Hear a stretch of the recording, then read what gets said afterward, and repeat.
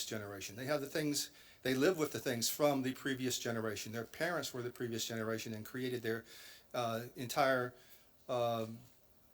consciousness of what is right, what's wrong, what you can do, what you can't do, what you should do, what you shouldn't do. We had the generation of Apollo. Did great things, did wonderful things. Then we had the generation of Shuttle. I'm a Shuttle generation person. There are things that we did that no one else did, but we never exceeded the generation of Apollo. We did wonderful things, we did really complex things that weren't possible during Apollo, but we did not exceed their accomplishments. Don't take me wrong, I'm very proud of what we did do, and it was wonderful. But now we have the next generation coming, and I would suspect most of the folks working in the next generation of programs, the Artemis programs, the Mars programs, and all the things that go around them, are beyond my generation. They're not my generation, they're my kids, or even my grandkids. And I expect them to exceed Apollo because they don't remember Apollo. And my encouragement to folks who are working with this next generation of people is do not impose upon them what you think are the limitations of either technology or society or themselves. Encourage them to move beyond what you think is reasonable and logical and do things that you could not do. That's the next generation of folks working in our business, in the space business. So that's enough of my philosophy for a while. It's time to talk about UAH. UAH is, we work with UAH for months putting this conference together. Both UAH and Marshall are co-sponsors of the conference, co-organizers of the conference. We have a tremendous working relationship with both of them. Today we have Dale Thomas with us from UAH. He's the professor of engineering and an eminent scholar. He established the UAH Complex Systems Integration Laboratory, focusing on model-based systems engineering. Model-based systems engineering, that's the next generation stuff. I was director of SE&I and launch integration for Shuttle. These guys, students, are doing things in systems engineering I couldn't think about doing. They're doing the future things. He leads the Propulsion Systems Engineering Research Team and engages in strategic planning for the Propulsion Research Center. He's the director of the Alabama Space Grant Consortium. He has his master's from North Carolina State, but more importantly, he has his bachelor's and PhD from UAH. Dr. Thomas.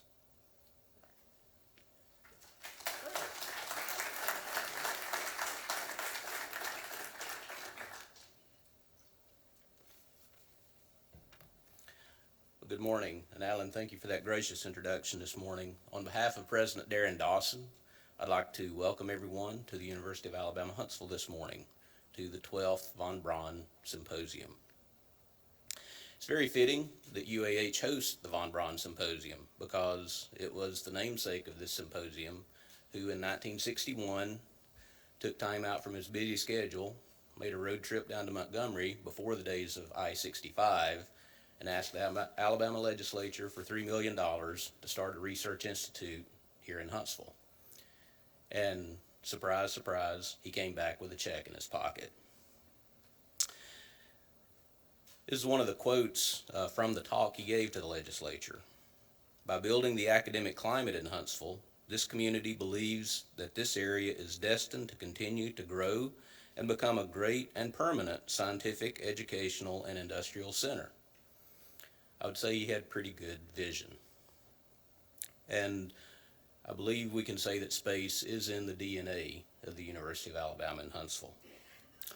Now let's fast forward 58 years. Currently, UAH enrolls approximately 10,000 students. If you want the exact number, take 12 off of that. It's 9,988. And being a STEM audience, we like those significant digits.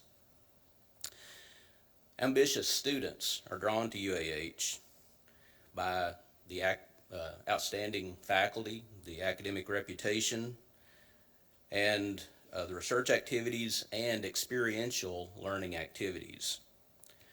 And this is a statistic talking about numbers that really blows me away. The incoming freshman class of 1,500, largest in UAH history, half of that class had an ACT score of 30 or higher. Just let that sink in a minute.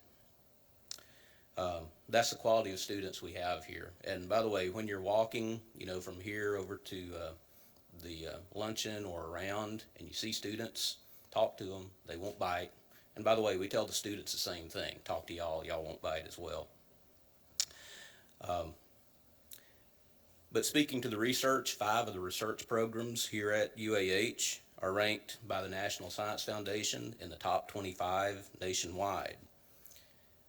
And in terms of nationwide ranking, NASA invests research dollars here at UAH as well. UAH is currently ranked 11th nationally in terms of total NASA research. And the overall research budget at UAH, including all sources, is $99 million. Truly significant for a university this size. UAH is also home to the Alabama Space Grant Consortium. The Space Grant Consortium is a network of 7 universities in the state: University of South Alabama, Tuskegee, Auburn, Alabama, UAB, Alabama A&M, and of course UAH. And it receives funding from NASA annually and promotes STEM education primarily at the college level here within the state. In a collaborative effort, all 7 universities are currently working on a proposal to launch a secondary payload on the Artemis 2 mission. And I intend to be giving you a status on that next year. It's a big challenge, but I think the students in this state are up to it. So looking back, I think that von Braun would also give UAH a smile and a nod on what it has become since 1961. This morning, I'd like to thank the American Astronomical Society and the Marshall Space Flight Center for organizing the symposium.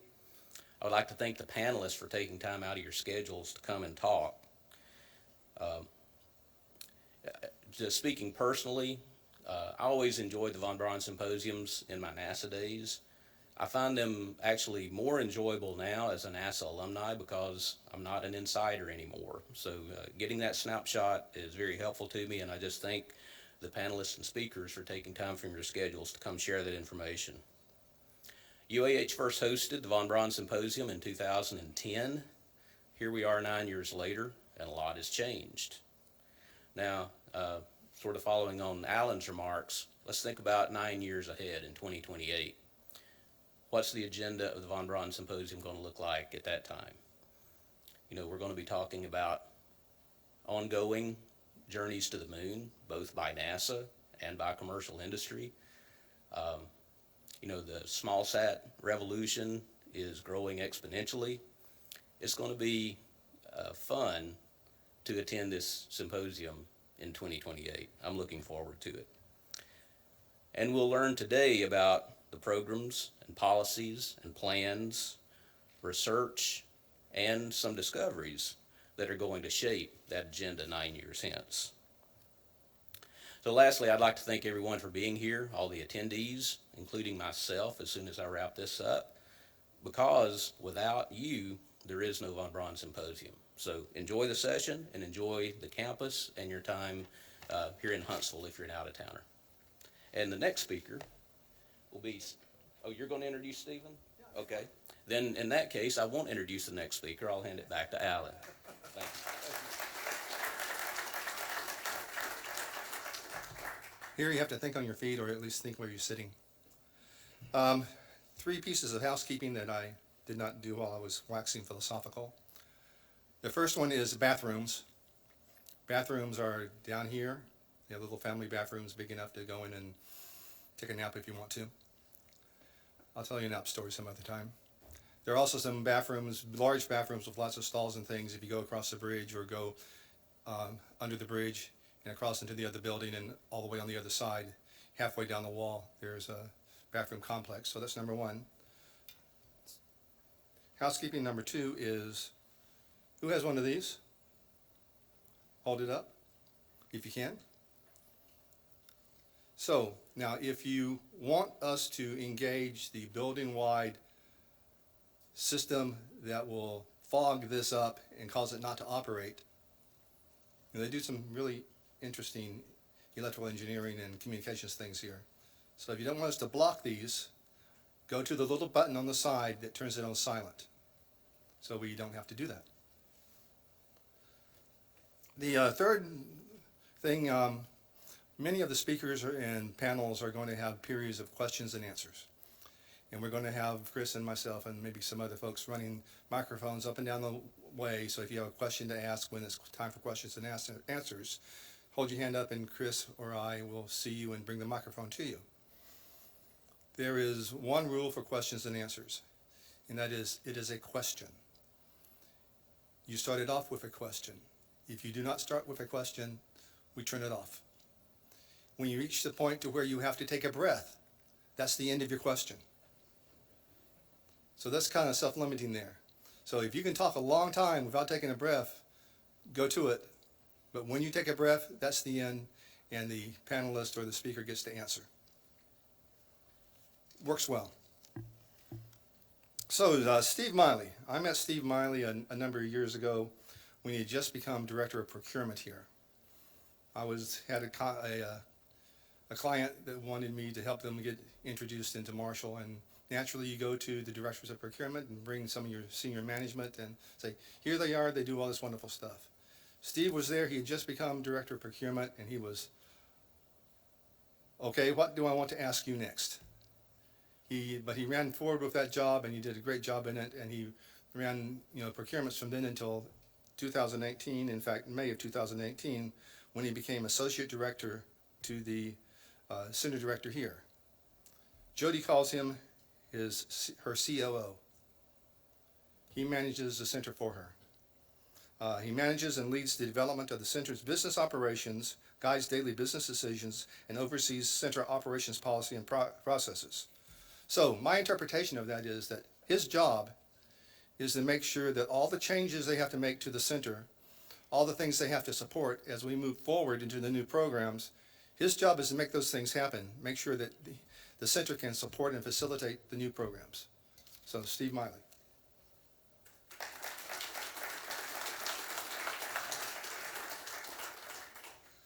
Thank you. Appreciate that very much. Welcome to the Von Braun Symposium. As Alan said, I am Steve Miley, and I also wanted to make sure that I gave a hello from Jody Singer.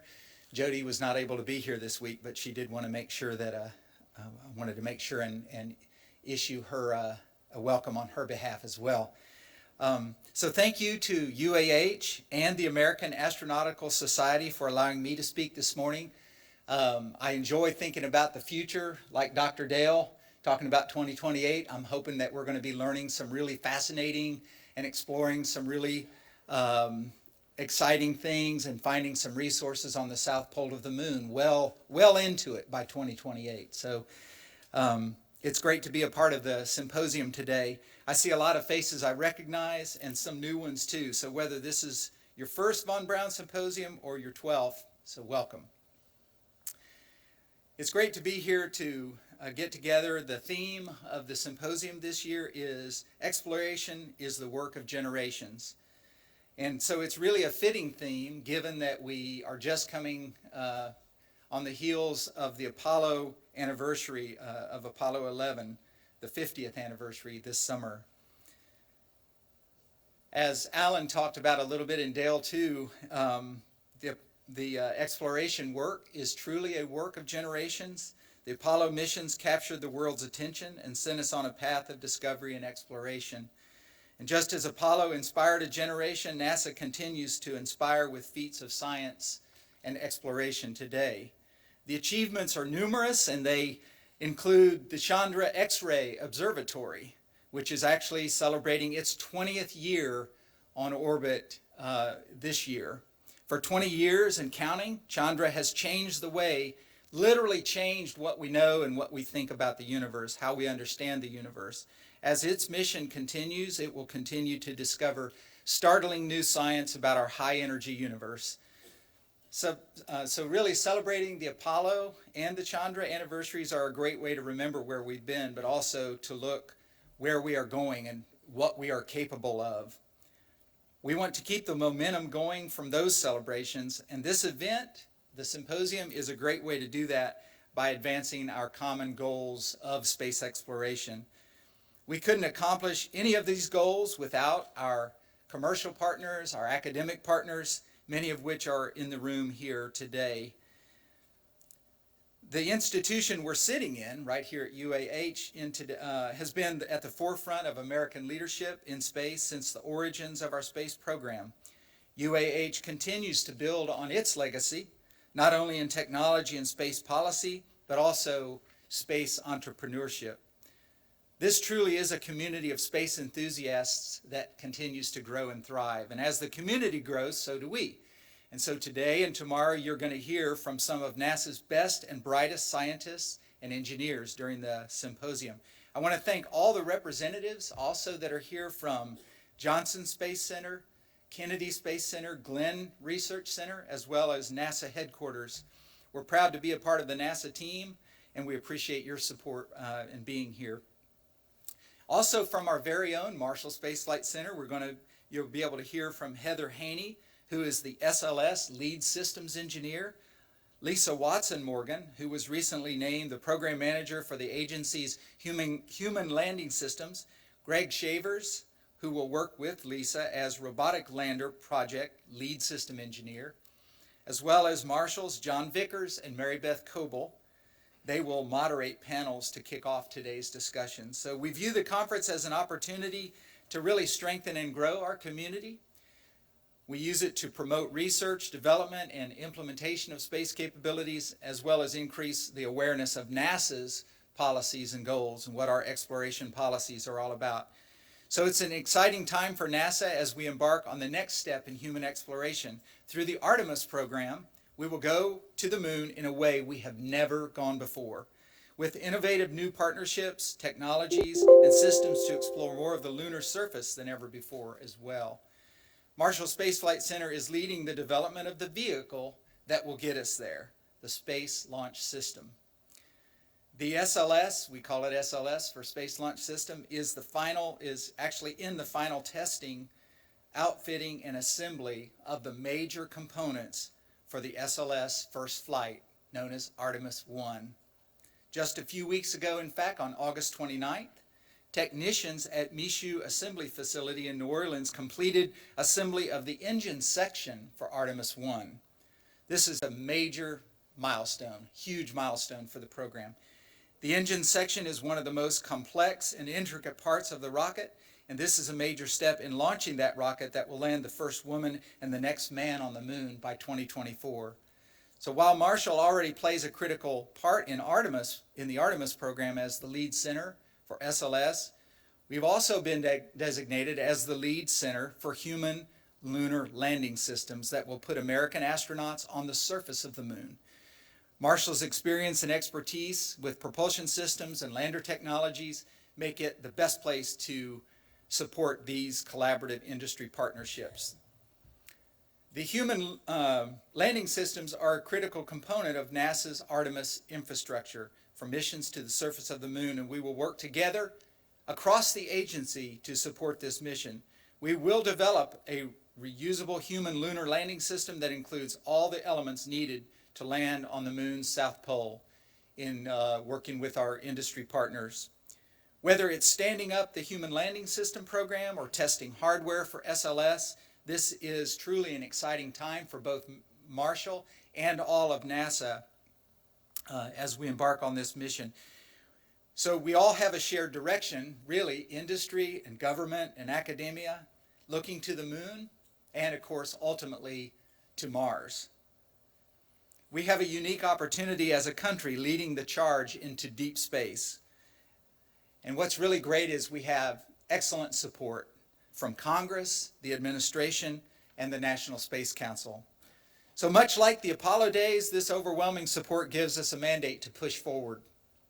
When we launch SLS on the first Artemis mission, it will create a wave of momentum that will pave the way for a surge of support as we embark on future Artemis missions. When we launch the Artemis 3 mission that will return Americans to the lunar surface, it will serve as an inspiring example of what humankind can do when it comes together to achieve a common goal for the common good. A tremendous challenge, truly is a tremendous challenge, but it is also a great opportunity. To make to achieve the goals, we need all of us working together. We need to be advocates for deep space exploration. We really want to take that next giant leap, and Artemis is going to help us do that and ultimately send American astronauts to Mars. So I appreciate you taking a minute to listen to me and this morning, and I hope that you enjoy the symposium and enjoy your time in Huntsville if you're from out of town. Thank you very much.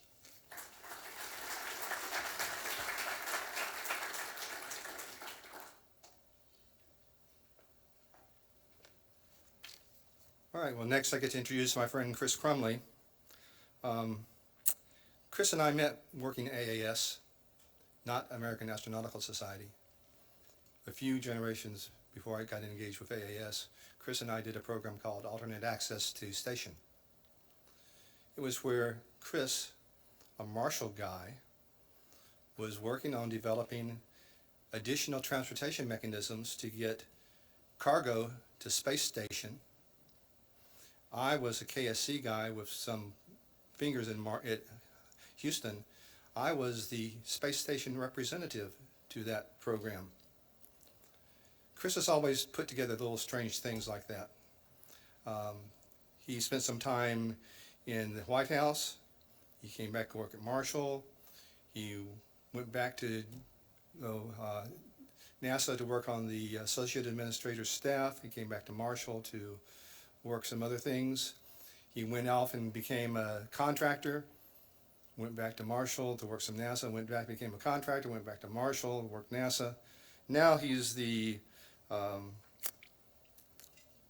Senior Director for Space and Defense Programs at the University of Tennessee Space Institute. His other title is Nomad, but he's also the Planning Committee Chairman. He's done a great job. He's put together a super conference. And Chris, thank you.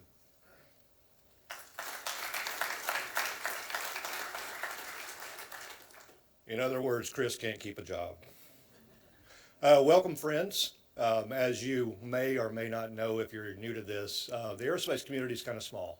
And this is a time for us to get together and take some time to get to know each other and just introduce yourself. So good morning, everybody. Good morning, good, good. So I want to introduce a special group of people. If I can have that slide up with the planning committee. I have been fortunate to lead the planning committee this year. We always start early. We started in 1989 planning this time. Not really, but it feels that way. But we put this together, and as you may know, this is a month early. We're in September rather than October because the International Aeronautical Congress is actually going to be in Washington, D.C. this year. In conjunction with AIAA, IAF is going to put that on in D.C. And so we moved ours up 1 month. Next year it'll go back to the same time. But this crew actually put together this program in a little bit more of a hurried fashion because not only did we do this planning in a short amount of time, we tried to fit it into the brand new Glenn Memorial Symposium in Cleveland, Ohio, which happened in July. So to put all this together, we had people on both teams, and my friend Ron Burke is here, who really had a lot to do with putting that symposium on at Glenn, and allowed me to be a part of that planning team as well. But this planning committee, if you're in this audience, would you please stand up? I know there's some of you out there. All right, thank you very much.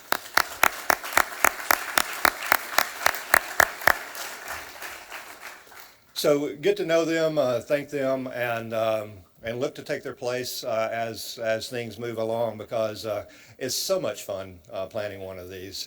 And I will say that with both some trepidation and some joy.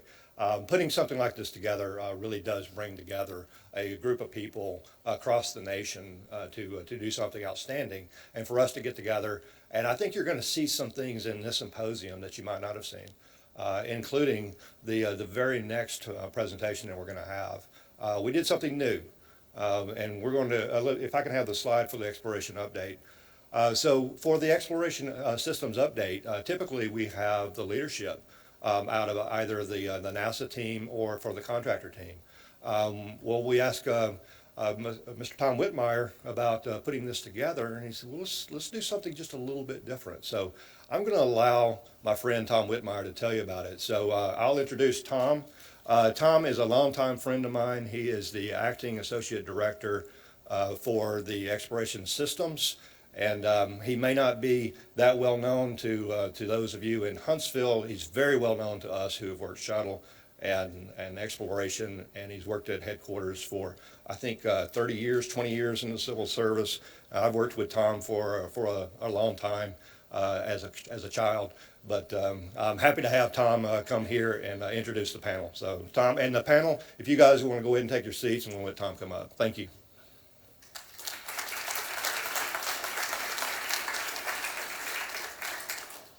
Good morning. I'm Tom Whitmire. And also, similar to what Steve did, let me say welcome and hello for Ken Bowersox. Ken's back in D.C. right now.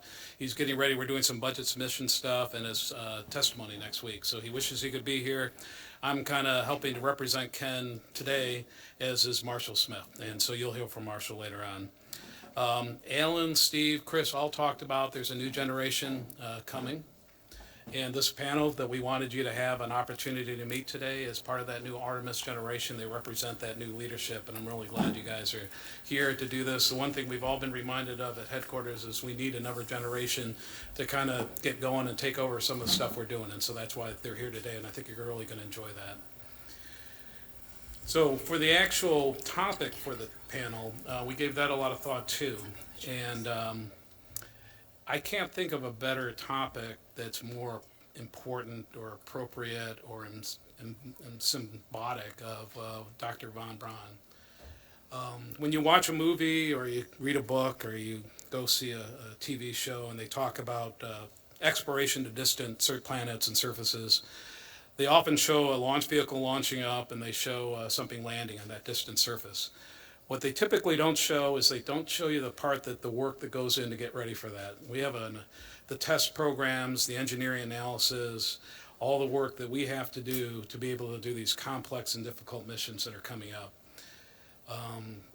For Artemis 1, for exploration system development, we put a lot of effort. It's an extensive test program. It's a very detailed test program. The panel's going to talk to you about the test program, but let me assure you, doing the type of things that we're about to do are very difficult to do, and it takes a test program of this scale and this nature to be able to pull it off. So I can't think of anything for a von Braun conference that would be more living legacy of what Dr. von Braun meant to NASA, meant to this agency, meant to the work that we've done. This test program is exactly the kind of thing that he started more than 50 years ago during the Apollo program, and for us at NASA, we've taken that legacy, we've built upon that legacy, we've extended that legacy to where we are today, and this panel of our new Artemis generation is going to tell you what we're going to do for that test program. It may not be as exciting as the actual launch, it won't be as exciting when we land on the lunar surface, but let me tell you, and Dale's smiling at me, this is what gets you there. And so this is kind of Dale's legacy and a few other, like Gary Lyles and a few other folks that have really led a legacy for us. And I'm honored to have a panel here today that represents that new Artemis generation, and I'm honored to share with you what exploration system development is doing to get ready to go to the moon. And with that, I'm going to turn it over to the panel.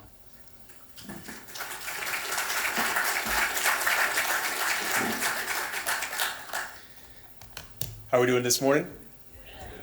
Oh, come on, guys. How are we doing this morning? That's better. There's more coffee back there if you guys need some, okay?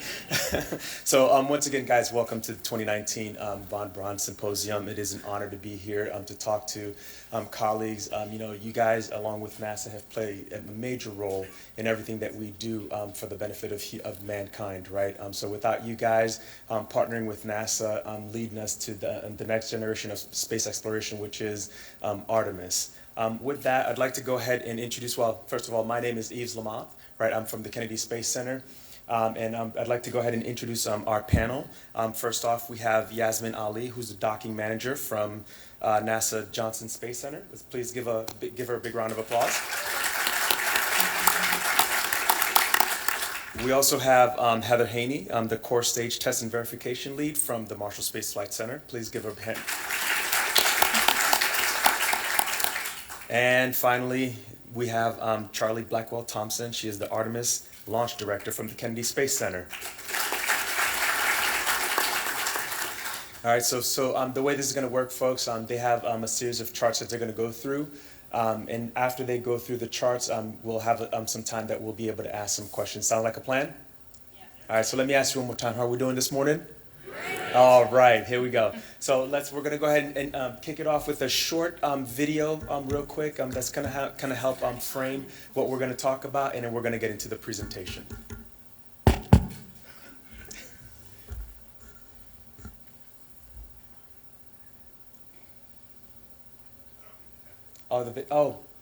Let me take that back. No video. We're gonna get right into the presentation, folks. Here we go. That's okay. We'll have plenty of videos here to show you. Next chart. Okay.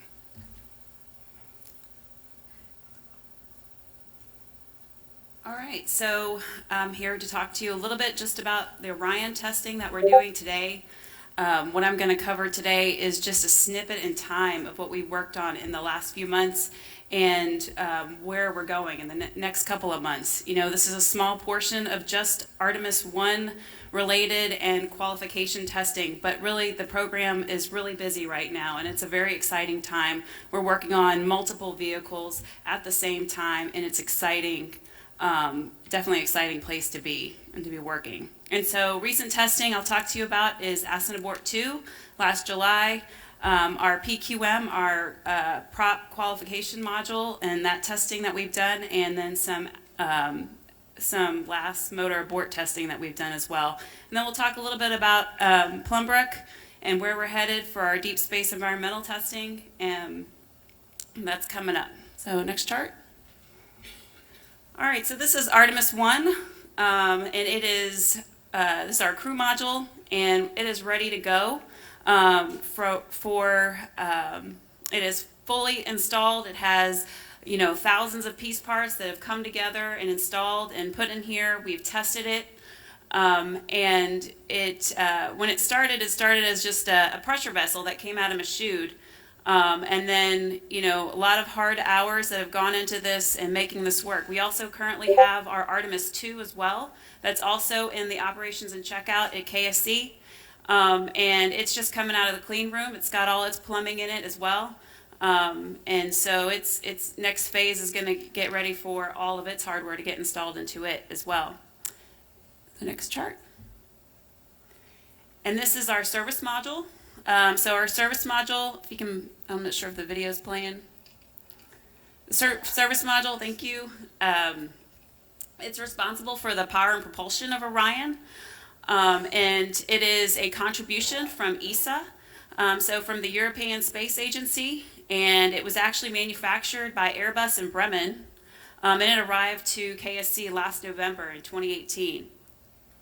And so there it's moving and getting ready into to get into the acoustic bay for testing.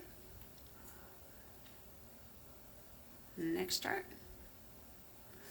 All right, so this is currently where we are for Artemis 1. It is in its crew and service module is fully stacked, and it's ready to go. Artemis 1 is, when I look at Artemis 1, I look at it as the proving ground. I look at this as the next generation that's going to really take the first woman to the moon, and this is the vehicle that's going to get us there.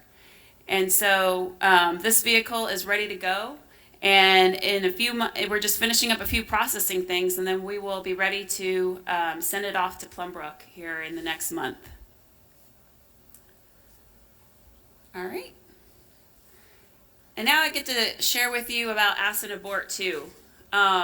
You know, it's a really interesting flight. You know, the team worked really hard. This flight wasn't actually supposed to occur when it did, but the team worked really hard to accelerate. When do you ever hear things accelerating?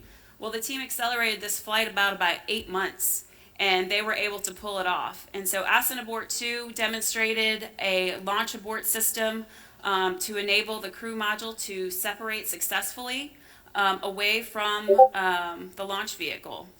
And I got a video for you. Next chart. So it occurred just this past July, and it was really important for this flight test to demonstrate an abort at max Q. The team worked really hard to try and get the trajectory just right to hit max Q. And we start the initiation of the sequence for the launch abort system at about 6 miles in altitude, and we're traveling about 1,000 miles per hour. So one of the things that we like to look at during this is the stability characteristics and the reorientation dynamics of the vehicle, especially during the separation. And then you'll start to see here, one of the things that we wanted to look at as well was the service module to last separation.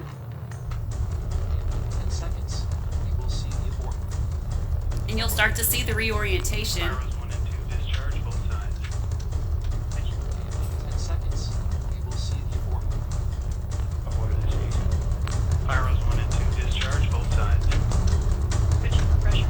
And the next separation following the reorientation we like to look at. So stability is key here, right, as we're looking at this. And so not only do we study the motor's performance, but we study all of these dynamics. We look at the structural integrity of the last as well.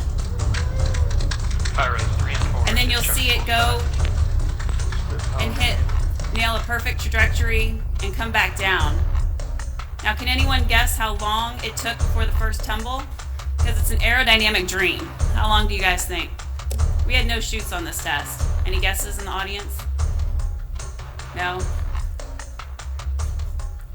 No guesses? All right, it took about a minute. It took about a minute until the first tumble. And so, you know, our aerodynamic guys definitely got something out of this test as well. Obviously, we already tested all of our chutes. We had a big test campaign that we did with our qualifying our parachutes, and so we did not do that on this test. So this was primarily to simulate the Ascent abort, and it was successful. So next, I'll move on to our PQM testing that we call for the prop qualification module. And this is a testing that we do out at White Sands. And this testing is extremely important if we want to make it to the moon. And because it tests out all the dynamics that occur between, for our service module prop, between our auxiliary engines, our main engine, and then our RCS thrusters as well. So I got a video for you on this one as well. And so you can see all 8 auxiliary thrusters firing. And then the main engine is down there in the middle. And then the RCS thrusters on the side. And this simulated abort to orbit. So just in case that the ICPS doesn't get us into the right orbit, then the service module can do that. And then we can have some time to react to that. So this was a 12-minute firing of all the Orion prop system. And this is just one of the few that we're doing in our test campaign out at White Sands. So this is some additional testing, and if you click on the pictures, you can see the different testing for this picture. There's a few tests we have for the jettison motor. So the last consists of 3 solid rocket motors. We got the jettison motor, the abort motor, and the attitude motor. And so this is these were 3 series of tests that we performed leading up to AA2 this past year. That's the attitude control motor.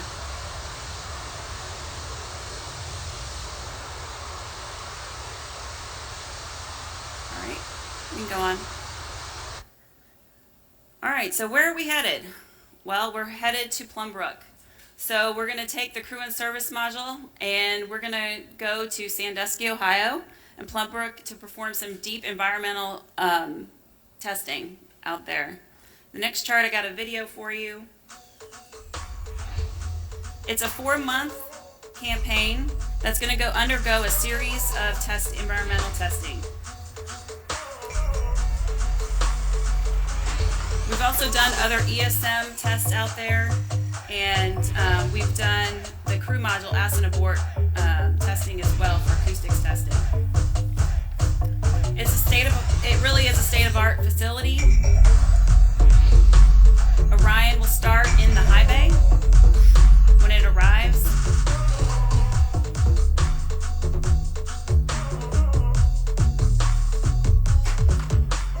And then they will upright Orion and put it in order to put it into its test stand.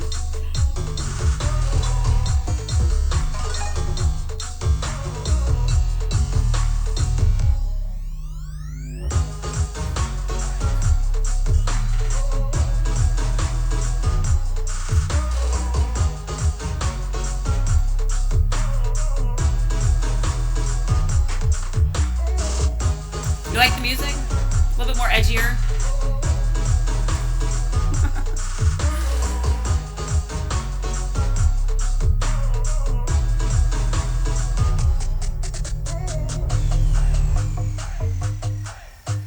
And other test programs have used this facility as well. The Mars lander systems, deployable solar arrays have used this as well as the International Space Station for different hardware tests.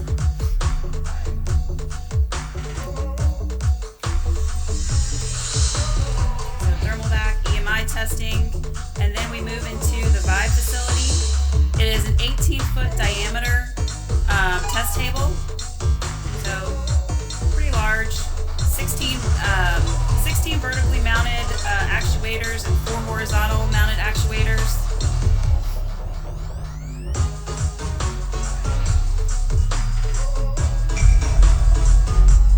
And it's just amazing to go into this acoustics test facility. You feel very small in this acoustics test facility as you walk into it. But it's a chamber that can reach over 163 dB, and so pretty outstanding. So following Plum Brook, then we head back to KSC. We're going to do a little bit of processing there, and then we're going to hand it over to EGS.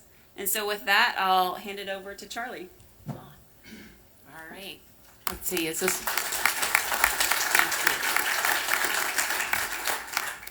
Let's see, is the mic working here? All right, there we go. So I'll happily take that handover from you. We're excited at KSC to get the flight hardware. I am Charlie Blackwell Thompson. I am the Artemis launch director, and it is my pleasure today to talk to you a little bit about our planning as we get ready for launch and our test activities at KSC. Let's go ahead and flip to the next chart. Over the weekend, I had the opportunity to look at the program, and I saw this morning during the introductions the words exploration is the work of generations. And that really struck me, because I thought about when I first came to KSC back during the shuttle program and how I had the opportunity to really continue down a path that others had laid for me and finish out the program in 2011.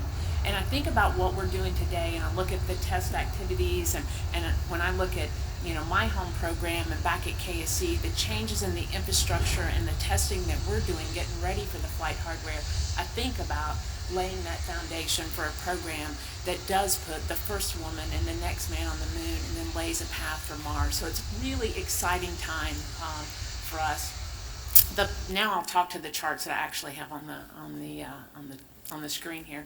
So you can see in our charts, it's a collage here. You can see our multi-payload processing facility is up on the one side. Let's see up on this side of the chart. That's where we'll do the final servicing for Orion with their hypers as well as high pressure gases. That facility is essentially, the GSE is installed and tested. Our what we call verification and validation, our V&V testing of those requirements for that GSE in that facility is 95% complete. We'll finish that up in just the next couple weeks. So you can see some hardware arrivals that are coming down at the bottom of the screen. The water flow in the middle that was playing when I was talking, that's our IOPSS, our ignition overpressure and sound suppression. That picture is our mobile launcher. out at the pad, and actually right now as we speak, it should be going up the slope, returning to the pad after Hurricane Dorian came through, and we moved her back to the VAB as a safe haven. We have testing for our IOPSS system that'll be coming up on Friday and Saturday. In fact, I'm flying back for that.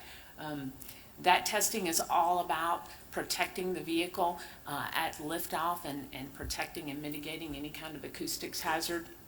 Hundreds of thousands of gallons of water that flow out of an elevated tank through the pad plumbing and onto the ML deck. And one of the things that we're looking at as part of that is the coverage on that deck, making sure that we've got water all the places that we need. You can see on the other side of the chart, the vehicle assembly building, or the VAB, the platform set there. We have a 10 platform set that gives us access to the outer mold line of the vehicle. All those platforms are brand new. We took out the ones over in High Bay 3 from the space shuttle program that allowed us access during that program, and you can see that they've been completely reconfigured. And then the picture at the bottom is a picture from the pad and some work on the flame deflector. So a lot of test activity that we have going on back in the EGS program back home at Kennedy Space Center. Next chart, please. And I'll just hit some of the highlights. There's a lot that we have, and there's a video as well, just as some of the other folks are going to show you, that kind of shows some of the testing that's going on. But here's a picture from the vehicle assembly building. It's one of our arm swings. It's actually for the core stage, the intertank unit, the CSITU. It provides purge, command and data, electrical interfaces. That's all been tested out. We tested all of the umbilicals offline before they were installed on the mobile launcher. So just as Yasmin talked about, this kind of incremental test, we did the same thing, tested all of them. What we're doing here is actually the arm swing. It's very important in the timing for us, especially from a launch perspective, because they're T0 umbilicals, which means that we want to swing them right at T0, not before, because we want to maintain those critical services to the vehicle. But at the same time, we want them to get back and away so that they don't pose any risk to the vehicle during the ascent. And that's just one of the tests that we did in the VAB. Next chart, please. Here's our ML. It's rolling out as it was rolling out to the pad. We did back in August of last year when we finished up work. The ML, as you notice, as it approaches the pad, pad B is our pad that we'll launch Artemis from. If you notice, it's a clean pad concept. All of the infrastructure from shuttle's been removed. And so your infrastructure, for the most part, your tower is located on your mobile launcher itself. A little bit different than what you would have seen with an MLP back in shuttle. So that was built at the park site. Once that construction, or most of that construction, was finished at the park site, we did roll it out to the pad about a year ago, just to make sure that we had a good fit check. And then it came back to the VAB, and we went through our V&V testing there, what we call our multi-element V&V. Again, each of these things are tested, and then we put them together. We just recently, this summer, as we completed our test regime in the VAB, we rolled out to the pad to start our what we call multi-element V&V between the pad and the mobile launcher. We intend to finish that up this fall. We are down to a couple of more IOPSS water flows. We have 2 coming up, and then we have one final one that will follow that.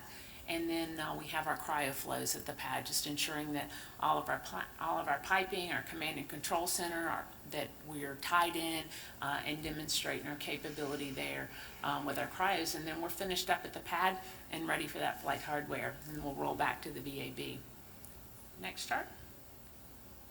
And then you know, we think a lot about, and you'll see in the video, and I know Tom talked a little bit about thinking about launch and the landing on the moon. But part of our team's job also is that once Orion's work on orbit is done, and it comes back home and lands in the Pacific Ocean, is for the EGS team to go out and do the landing and the recovery ops. And so as part of that, you have to test those things too, just like we test the things leading up to launch. We need to make sure that our processes, our plans, our timelines, and our teams are trained. And so Melissa Jones back at KSC leads our landing and recovery team, and they have a series of underway recovery tests where they actually go out and retrieve the crew module and validate and verify all of their timelines and their equipment, and they do that with the U.S. Navy. let's see, I think our next chart is a video that looks at some other testing operations as we call our path to the pad.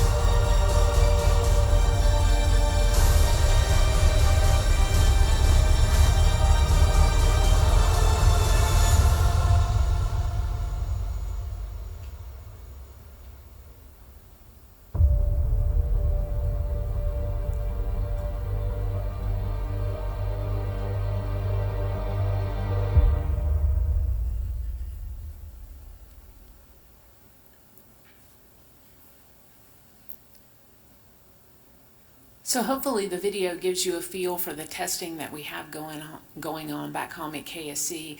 Again, as we prepare for the arrival of the flight hardware, making sure that we meet the specifications and the requirements for the services and support that that flight hardware needs. I would be remiss as the launch director if I didn't tell you that one of my favorite parts, and I didn't talk about it in the slides, but I'll take a minute now, is you noticed in there we talked about it's not only about testing the hardware, testing your procedures, testing your timelines, but it's also about testing your team. And so back at KSC in Firing Room 1, we have already started our launch team training, which is where we get our teams in the firing room. We go through the operations of launch. We go through the timelines. We have a suite of simulators and emulators that are hooked up. We put problems in to begin testing and making our team ready for launch day, because we want to make sure as those final minutes and seconds tick off the countdown clock that our team is prepared for whatever the ground or the flight hardware might throw at us on that day. We also have a busy fall as we look toward the end of the year. You can see the core stage Pathfinder, actually the delivery of that's going to come at the end of this month. And so we're excited to get that hardware to KSC. Our software is built incrementally, and so right now we are working on our what we refer to as SCCS 5.0. Our next delivery of software and what is planned as our final delivery of software in terms of capability comes at the end of the year, so we're excited to get that behind us. And then for us, as we kind of finish out the end of the year, you know, our systems will be complete, our testing will be complete, and we're anxious for that flight hardware to get there so that we can begin to integrate that and then test it and make sure that it's ready for launch. I'll hand over to Heather.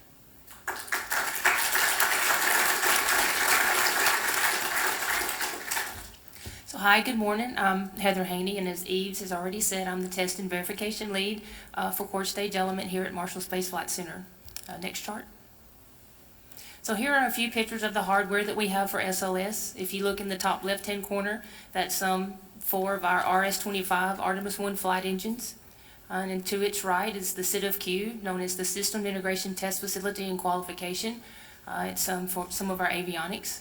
And then below it, you'll see, you know, core stage is made up of 5 parts. So the long piece there is 4 pieces of those 5 together. If you notice, just to the left of it is the engine section, patiently waiting to be integrated with the rest of the core stage. And in the bottom left-hand corner is a Artemis 1 booster motor segment. So this next chart that I'm going to show you is actual video of some of the progress that we've made. Here is a breakout of what makes up the core stage. You will see here is a LOX tank being integrated with the inner tank. Next is the forward skirt, and then you'll see technicians finishing up most of that integration, and then you'll see that, taking that over, and they're going to integrate it in with the liquid hydrogen tank. There's a close-up view of that integration. A little panorama of that. Artemis 1 core stage manufacturing is 80 to 90% complete. As it's already been said, the engine section is complete as well as the functional testing. The booster stage, the Boeing stage controller has begun integration into the SIT of Q, where they will be testing that, doing risk reduction for the Boeing stage controller for validation testing that's upcoming starting next month. The boosters, all 10 motor segments are complete and they're ready to be shipped to Kennedy. Also, the Artemis 1 launch vehicle spacecraft adapter is in final preparations at Marshall, as well as the ICPS that's been mentioned. That's the interim cryogenic propulsion stage, and the Orion spacecraft adapter are in storage waiting to be integrated. So next chart. Here's a picture of a QM2 motor firing in Utah. This next chart will show you footage of that, as well as some motor segments being moved within the factory. So if we can go to that next video. So here this will show you, we're going to focus on the boosters. There's an aft segment with part of a nozzle attached. The next one will be a booster segment being moved through the factory. There it is on some of the transportation being moved to storage. And this next, what you'll see next is time-lapse video of an actual QM2 motor firing. Here you'll see the throat plug being expelled from the nozzle. Sorry we don't have sound for this, it would be really cool to hear. Oh, there is some, good. And the audience, of course, the public loves to see these, so it's a good, they come in and enjoy this because this is for all of us. Next chart. So NASA and Northrop Grumman have completed three full-scale development tests, as well as 2 full-scale qualification tests. Some key facts about the boosters are each booster is 177 feet tall, or 17 stories tall. That's actually taller than the Statue of Liberty. A booster is 12 feet in diameter, and an actual one booster will burn almost 1.4 million pounds of propellant in 2 minutes. And also, a booster's thrust is more than 14 4-engine Boeing 747s at full takeoff power. Next chart. Here's a picture of an RS-25 hot fire test at Stennis. And if we go to that next chart, we'll show some video of that. Here we show you on the rocket where we're focusing. It's the engines. This is actual footage of the RS-25 being placed in their shipping containers so they can be shipped from Stennis to Michoud. Here is one being placed into the test stand. Technicians finishing up, and here is the actual hot fire test. And there you see the impressive plume of smoke exiting the flame trench. If you look in the left, there's the rainbow, and we'll show another chart, another angle of some drone footage that shows a really good view of the hot fire test.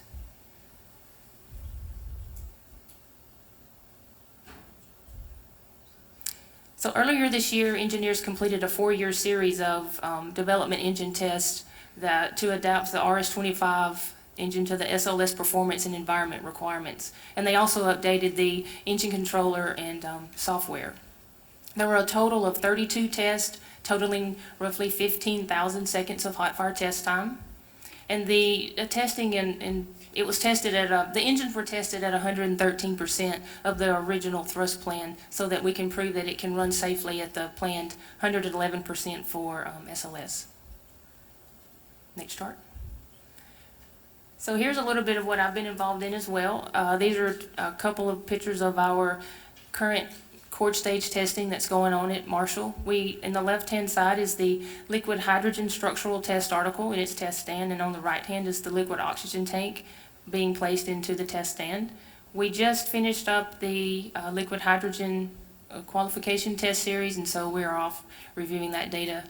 And the liquid oxygen STA that qualification test series will start sometime next month. So we'll show, the next chart will show the actual installation of these into the test stand. On the left is the liquid hydrogen. Once it arrived at the dock and it was 24/7 ops until installed into the test stand. Engineers and technicians worked very hard. And on the right-hand side is the locks going into what we call the bird cage, into the test stand.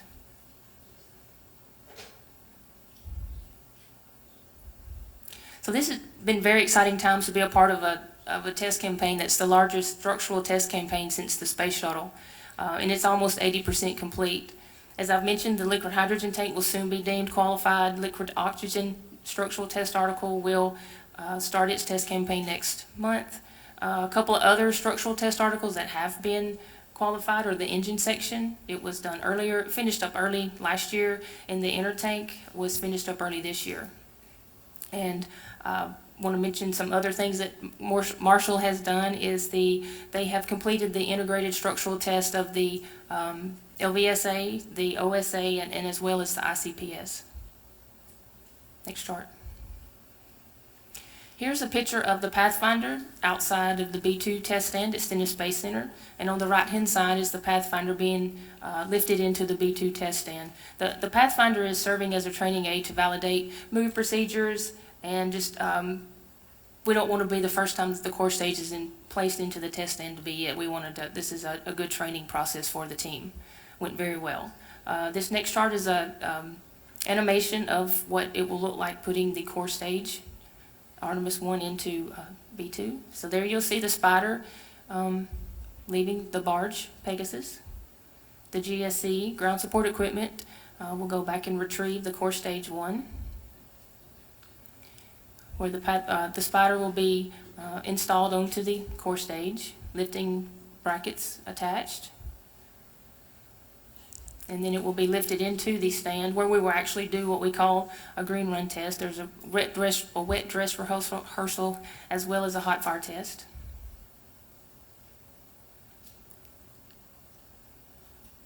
This will be the first time that the fully integrated system will be tested together.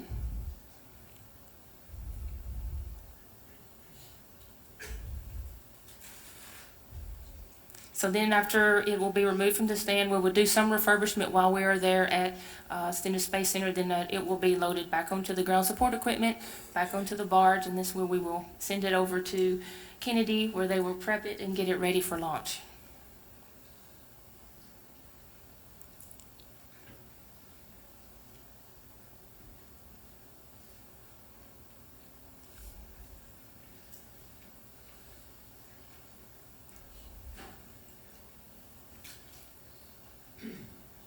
So there it's leaving and headed off to Kennedy. You may ask, why do we do, what is green run testing? So green run testing is the first full up testing of the SLS core stage and all of its systems. This testing replicates launch procedures even to the point of firing the 4 RS-25 engines simultaneously as during launch. It also is, you may ask, why do we want to test it? So as you know, SLS has not flown yet. It is being tested prior to its maiden flight so that we can identify and address any issues earlier rather than later. We want to ensure mission success, and most importantly, we want to ensure that our astronauts are safe.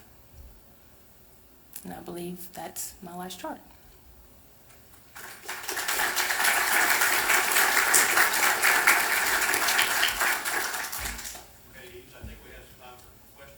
Right. So now we're gonna open it up to some questions. If you have questions, please go ahead and raise your hand, and the panel will be happy to answer any of your questions. We have one up there.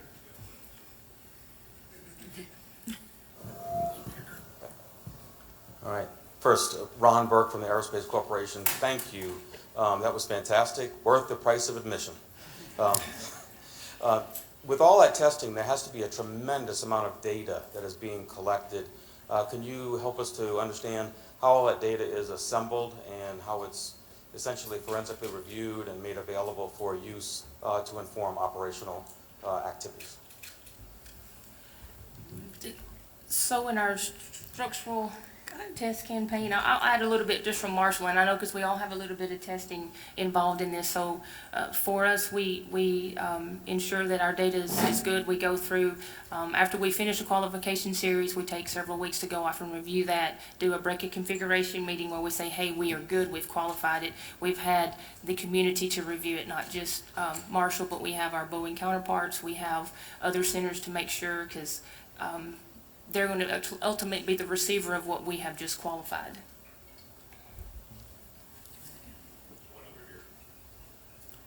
Good morning, Dan Masnick. Thanks, Nessa Langley. Thanks very much. That was a really great overview, outlining everything, all the progress that's been made. I guess this question is probably to Charlie. In terms of Pad B facilities, are there any special design considerations for hurricane proof? We just had Dorian come through, and luckily it didn't hit the Cape. But just to make sure it's still operational to the greatest extent possible after something like that? So I don't know if I would say that we have anything specifically hurricane proof. We certainly have natural environments requirements that we design to, that we design our structures to.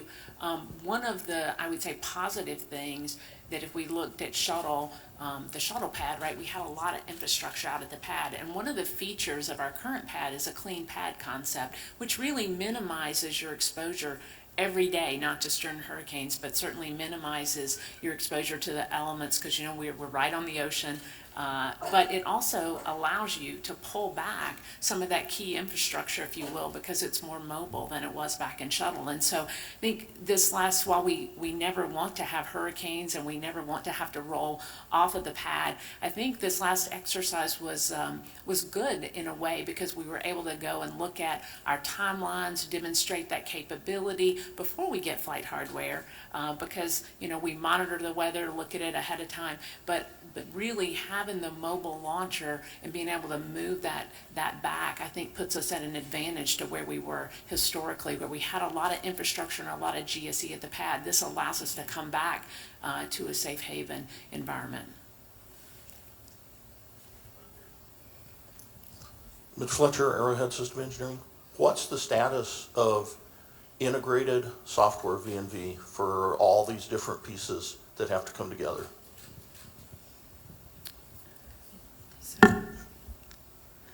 At least on Orion, we're currently working with, you mean integrated across all the vehicles?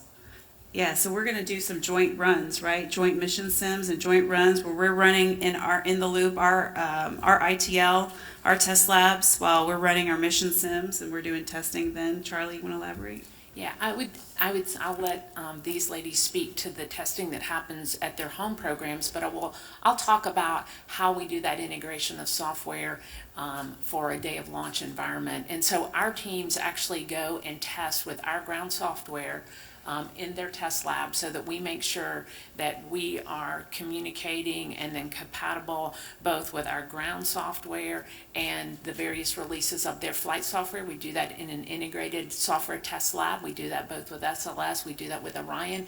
Then we have a suite of emulators at KSC that we hook together, and so it looks like, we call it a stack on pad configuration, because it looks like the vehicle that's stacked on the pad in a launch day configuration. We test our software against that as well, and then as Yasmin was saying, we also have various simulations and test activities where we have the test activities, or we have various tests as we get integrated that we tie in the other centers. And so not only do we have the vehicles talking, or the vehicle elements talking together, we're also talking back through the Launch Control Center, has the command and control functions, but data is sent out both to JSC, to Mission Control, and to the MER there, as well as to the HOSC and the Engineering Center here at Marshall. And we're all looking at that data together and making sure that it's working the way that we expect it to. We also do day of launch countdown sims, and we'll do a wet dress sim where we are, each of our control centers has their software up and operating, and that we have the vehicle software. And so there's many tests that lead up to that. And then also, in addition to that, we also do what we call green run following, which is when they do the green run, At Stennis, our teams will be in the control center following along and looking at our displays and making sure that when we go through those time critical operations that, that the data and the way in which that we're looking at it, interpreting it in the control center is as we expected. So there's a number of different ways that we're testing the software. I would say it starts off incrementally where we're all testing our piece, then we start to put it together in bigger chunks and we test it, and then ultimately leading up to those day of launch and those mission sims, and then ultimately with something like wet dress where we have the flight hardware all talking together and along with all of the control centers and their ground software. Yeah, and for early development, we've developed something called Orion in the Box.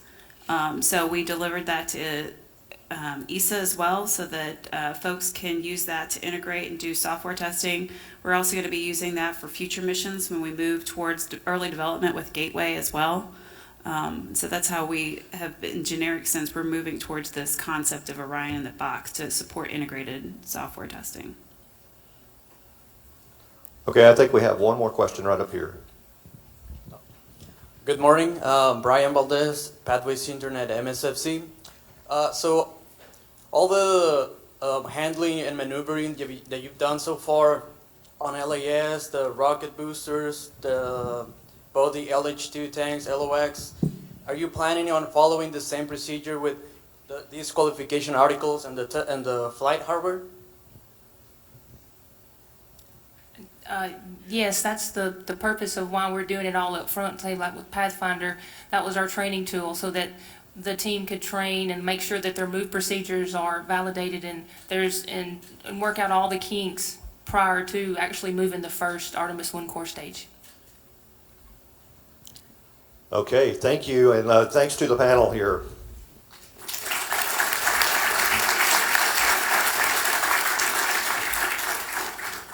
Okay, stay with us, and we're going to get the next panel set up here right away. Thank you.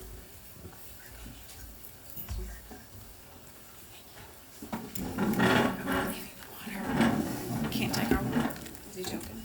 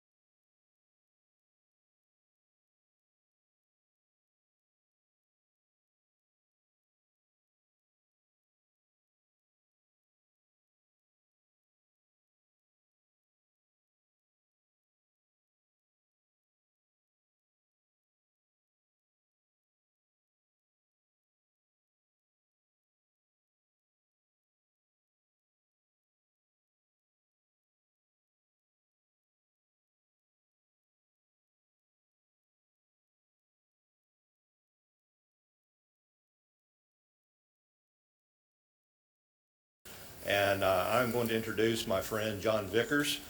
He will be our moderator. He's the principal technologist with the Advanced Materials and Manufacturing in Space Technology Mission Directorate.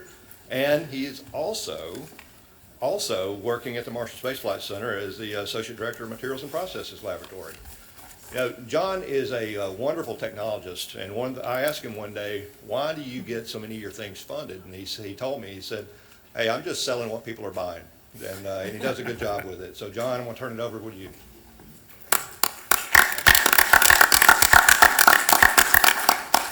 Thank you very much. I was a little worried what Chris was going to use to introduce me, so that was not too bad. Thank you. So it's really my pleasure to be here, and I'm humbled to moderate this panel with such august participants on the panel. I think you'll hear that. We're going to run this maybe a little differently.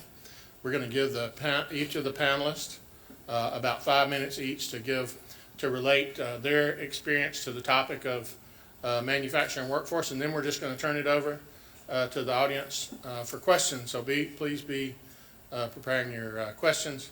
If not, I've got a couple of questions in my pocket as well. You know, I heard Ivanka Trump was going to be in town to talk about manufacturing workforce. I told all my friends, I said, hey, Ivanka Trump's going to be on my panel tomorrow, right? But sorry if you guys made the same mistake. I apologize for that. I probably knew a little better than that. I had just a couple of opening remarks myself. I heard the topic is generations of workforce, and manufacturing workforce I've been in the business 37 years this year. I know I look a lot younger than that. 37 years this year, and always really in the same discipline area. So manufacturing workforce, I think, is critical to the aerospace industry, but it's really critical to the country. And so it's one of the top tier areas that I have a lot of passion about. And so I try to work in that area outside of my day job as much as I can. You know, Dale Thomas spoke and gave some opening remarks this morning, and he quoted von Braun on that famous trip down to Montgomery. I had one of those quotes myself, so I think I'll go ahead and use that. And von Braun said in that speech that he made in Montgomery on that famous trip, he said, it's the university climate that brings the business. And opportunity goes where the best people go, and the best people go where good education goes. And so while it's really hard to make predictions, especially about the future, that's a tremendous prediction. And so we're going to talk about that today. We're going to talk about a little bit of our past experiences, but we're also going to talk about the future. And so one of the questions that I have in my pocket is about a recent report that says, from the World Economic Forum, that says 65% of the children that are entering first grade this year will have jobs that don't exist today. And how will we prepare them for those jobs? I think that's the essence of part of what we're going to talk about today. So we're going to get started. We're going to get started with Jennifer Boland Masterson, and she is the Director of Boeing Operations for SLS at the Michoud Assembly Facility in New Orleans. That's a critical job for us today at NASA. She's had a long, illustrious career. She's got an outstanding bio. We're going to keep the bios really short today, but one of the things I picked from her bio, that in 2011 she joined the 787 operation in Charleston and hired 650 mechanics and trained most of them, or many of them. So she's got some special experience, I think, to bring to the discussion today. So Jennifer. I don't know. Can you hear me? We hear Okay, you. great. How's everyone doing today?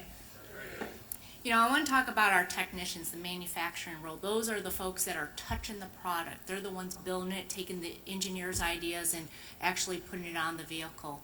And I will tell you that right now we are really having a difficult time filling those positions.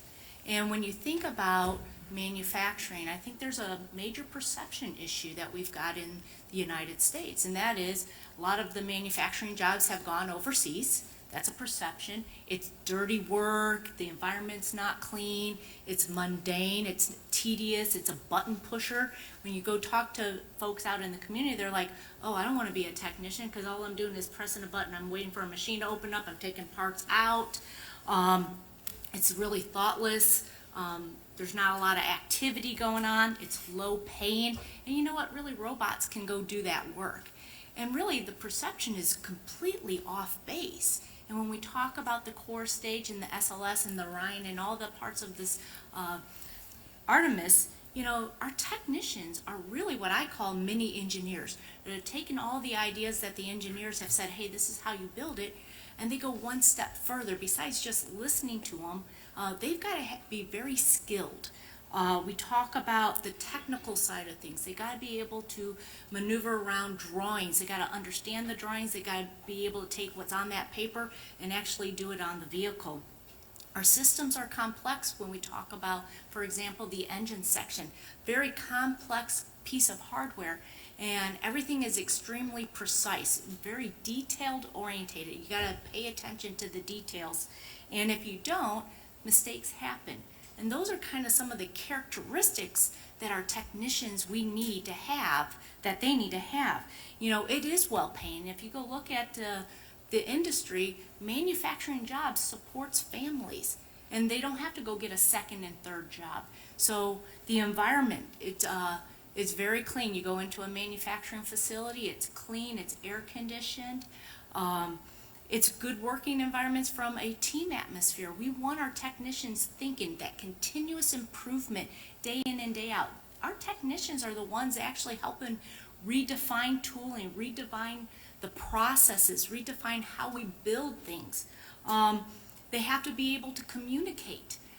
Their skills from a standpoint of working with engineers, our materials management, design guys, all of that stuff, they got to be able to do more than just push a button. And then what we do with our technicians is we call their statement of work running the business. They've got to learn how to make sure that day in and day out everyone is safe, themselves and their teammates. So they've got to make sure that if we get into a position where, hey, it might not be the best way to do it, they have to be raising their hand and saying, hey, we need to do this differently from a safety. They're always looking at quality, they're looking at cost, they're looking at innovations. So technicians' roles are very different than in the past. And so how do we get more folks involved interested in being a technician? And I think a lot of it goes back to our STEM programs. We have got to get into the community and say, STEM is a way of the future as we talk about the generations of 2024, 2028. We've got to start with STEM. We've got to start with kids in first grade, second grade, to continue on. The other thing that we've got to do is partner with our local community colleges. Not everyone is ready for a four-year degree, and that's okay. But partnering with our community colleges and building a program that allows our workforce, our pipeline, to get the skills that we need, because right now we don't have them, is extremely important. Down in New Orleans, we have partnered with Nunez College, and they've, last fall was the first time they had the first aerospace manufacturing technician associate's degree implemented. Our game plan was actually to get about 26 folks into that program. We have over 50 the first year, and we graduated 8 with a certificate in the first year. Now what we're taking is those 8, bringing them on board as part-time while they continue to get their technical diploma, and getting them experienced in how to build, and then allowing us to interact with Nunez to say, hey, keep this part of the program, let's make some adjustments to that side of the program. And then we also need to partner with our local high schools. We've taken trades out of the programs, and we're so focused on the 4 years, and we need the 4 years, but we also need to focus on those who cannot go to a 4-year college. And so we need to go back and partner with those high schools so we can start developing these skills so that our generations coming up will have the skill sets that we need to continue to manufacture the products that we want to. Because if we're going to when we go to the moon and go to Mars, we have to have a generation that can work on the product. Okay, thank you very much. And Jennifer, you know, I know you know, we also teach a class through our National Center for Advanced Manufacturing Operations at MSU in friction stir welding. We've been doing that for 20 years, and that class is always full. It's full up. Thank you again. So our next panelist is Brian Dix from GE Aviation.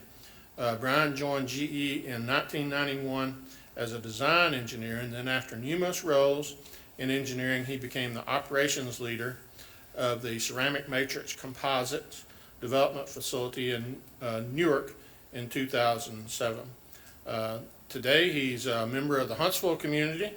He is currently the site leader for the ceramic matrix composites raw material facility in Huntsville. And so you want to talk about high-tech, we're talking about high-tech manufacturing. That's a brand new, very high-tech facility. So, Brian. All right. Thank you, John. Good morning. Yeah, as the site leader of the facility here in Huntsville, it's been, a pleasure as part of being with GE Aviation to work on the site selection. So thinking about, why do we pick the communities that we want to build our factories in, starting in Newark, Delaware is developing sort of a lean lab approach, and then really looking at how does technologies expand and where is the right place to expand. And a lot of it is about communities. And why do we pick the communities, from a business standpoint? I think it's really about, what's there as well as the workforce agility. And as part of the workforce agility is, the community college system that really develops the programs that tie in with the workforce so that there's a pipeline of talent that the businesses can draw into.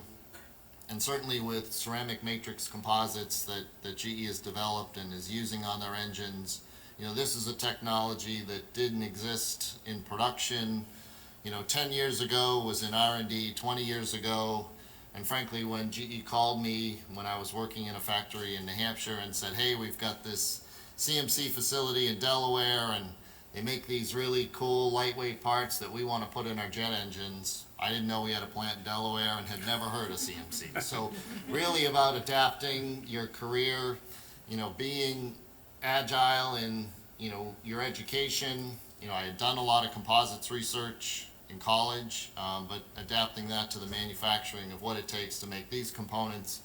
And today we're delivering them at rates of about 1 shroud for a LEAP engine every 5 minutes. So getting a workforce that is able to do that and a technology that's able to deliver that is truly important. We also, as a business, look to partner with universities. So develop that technical pipeline that's going to work both the component design as well as the component manufacturing. So making sure we have the techniques that we can make the parts at rate, to deliver them at quality that we need in the business. That's also true in the fact that, as we start to look at more and more advanced technologies, our Alabama factory in Auburn is doing 3D printing and additive. Here in Huntsville, we're doing the CMC manufacturing. Those are 2 key technologies for GE Aviation as we drive performance. It's all about looking at what is the right development technologies from a digital, from an automation, and we really look at that as complementary to the workforce. Our intellect is important to drive the technology, and really some of these new enablers that are coming along are really just going to allow us to do more in the footprints we have and continue to advance the workforce. Thank you, Brian. Our next panel member is Dr. Philip Farrington. Phil is with Trivector Services today. He comes to Trivector after retiring from the University of Alabama in Huntsville.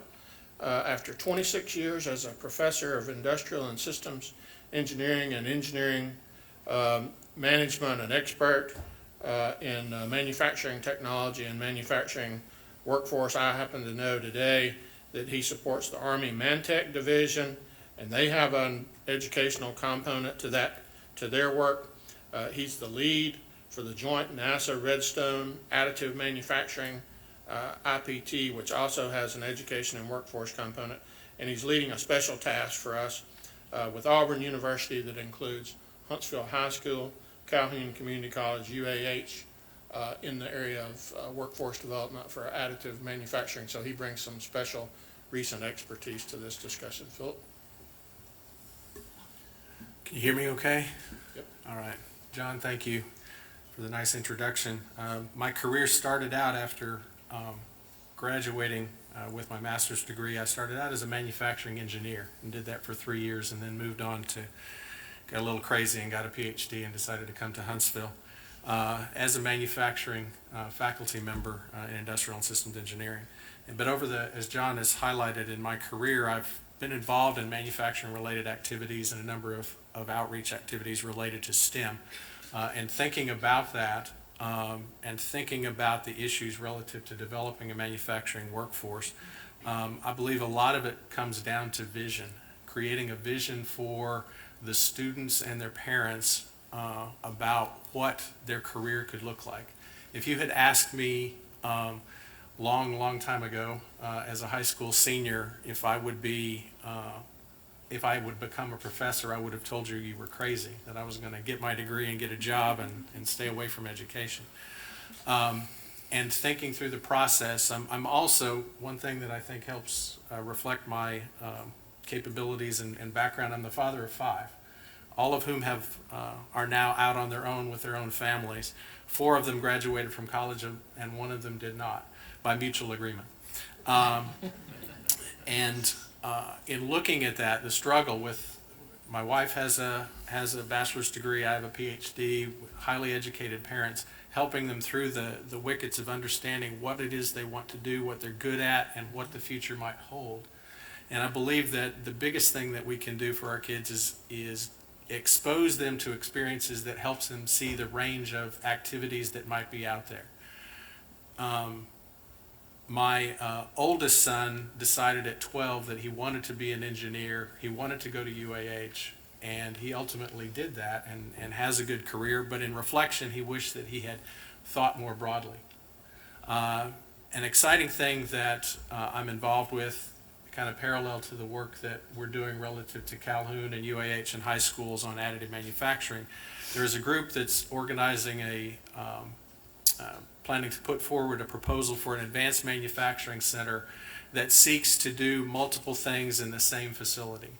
It seeks to provide the opportunity for high school kids to get training on advanced manufacturing technologies, provides an opportunity for community college students to do the same type of training in the same facility and use that equipment or closely related equipment to do undergraduate instruction and research and graduate instruction and research. And the vision for this type of center is that we do workforce development, which we already know is a strong and pressing need, but also we provide an opportunity for them to see the totality of opportunities there.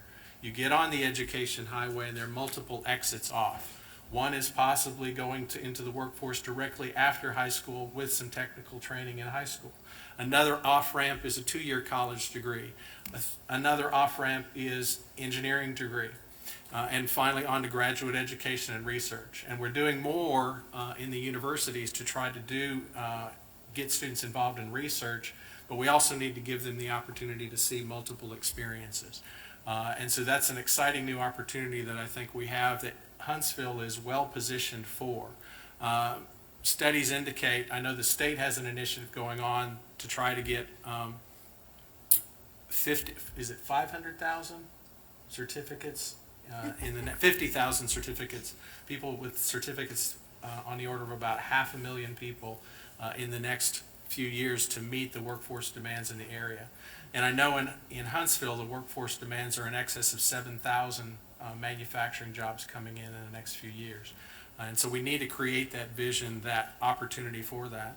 One thing that I would also say at the 4-year college level, we need, in engineering, Over the course of my career, there were kids that made it through and kids that didn't make it through. The kids that didn't make it through might have the capabilities to be a technician or high-level technician, and in some cases, to ask them to go back to a 2-year technical program feels like you have given in and creates disappointment for them and for their parents. There should be another off-ramp, and that's a 4-year technology program. And there are a few around, but they seem like they have dropped off in number.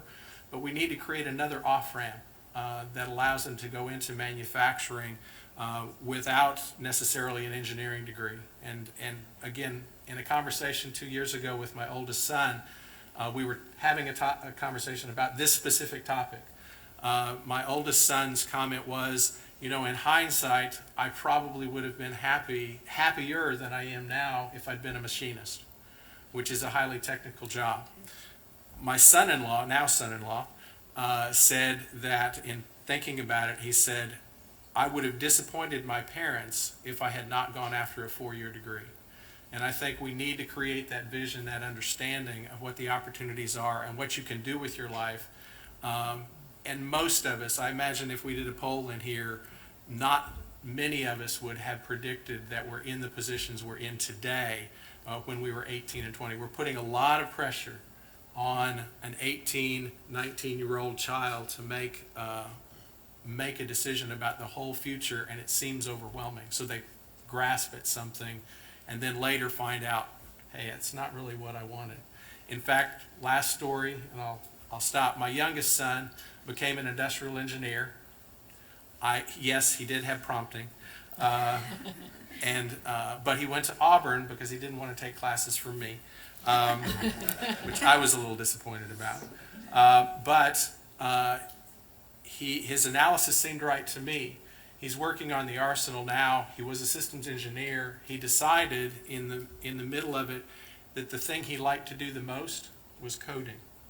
Now, you could stick me in the eye if I have to code, but he loves that. That's the best part of his day. So he transferred to a group to do coding. And in reflection, if we had known that earlier, his degree would have been different in terms of what he did. So anyway, my thoughts are we need to create a vision and opportunities for our kids to see the totality of opportunities in manufacturing and line them up accordingly. Thank you very much, Phil. I think raising 5 children should prepare you for just about anything. So next, our next panel member is one of my favorite people, Dorothy Rasko. Dorothy's the Director of Engineering Operations and Facilities for Ball Aerospace, where she directs the development and execution of the strategic plan, budget management for all current and long-term facility operations. I knew Dorothy in a previous life where she served as the Deputy Associate Administrator for the Space Technology Mission Directorate, and among other things, she was my boss. I hope I didn't cause you too much problems while we were there, Dorothy. Let's see. Can you hear me? Okay, good. Thanks, John. Thanks for everyone that's here. I want to share with you some of the thoughts that we have on the challenges in manufacturing. But first, I want to give a shout out. The top middle is James Webb, and it's where we at Ball Aerospace were instrumental in the advanced optical technology and the lightweight mirror system. And I think shortly it's coming together, and we'll be launching it soon with Northrop Grumman as the prime, and we were one of the subs. So the manufacturing challenges that I'm going to share with you was being over engineering operations and facilities at Ball Aerospace, I thought I walked through these facilities and I wanted to go and talk to the community, the people that are the touch labor. It's like what Jennifer said, it's the people that are having the hands-on, touching the spacecraft, the payload, building the different antennas and the different sensors that we build. So anyway, when I talked to them, they said it came in 3 different areas. The community and industry leaders must commit to make a difference. They must invest time and money in the manufacturing programs. I'm going to be giving you a little flavor coming out of Boulder, Colorado, and the Denver area where there's a lot of aerospace companies, and we're all competing for a lot of the same manufacturing folks. And so when I talk to our different folks there, we realize for us to be competitive with the other companies that are hiring manufacturing machinists, people that do soldering, the hands-on, we have to build relationships. So what we've done is we've reached out to the different trade schools and to the different community colleges. We have a presence there that we are there several days a week. We are helping build their curriculum that would be specific to help our areas. We are helping them with apprenticeships with the different folks, and building these relationships. It's about the people. Where do they feel comfortable working? Where does the culture fit what they believe in? How can they go into a position where they're respected as a machinist with the different disciplines? So at Ball Aerospace, you have your PhD scientists all the way down to your machinists, the people doing the soldering. It's so interesting because we design, develop the product, we manufacture it, we test it, and then in some cases we go into production.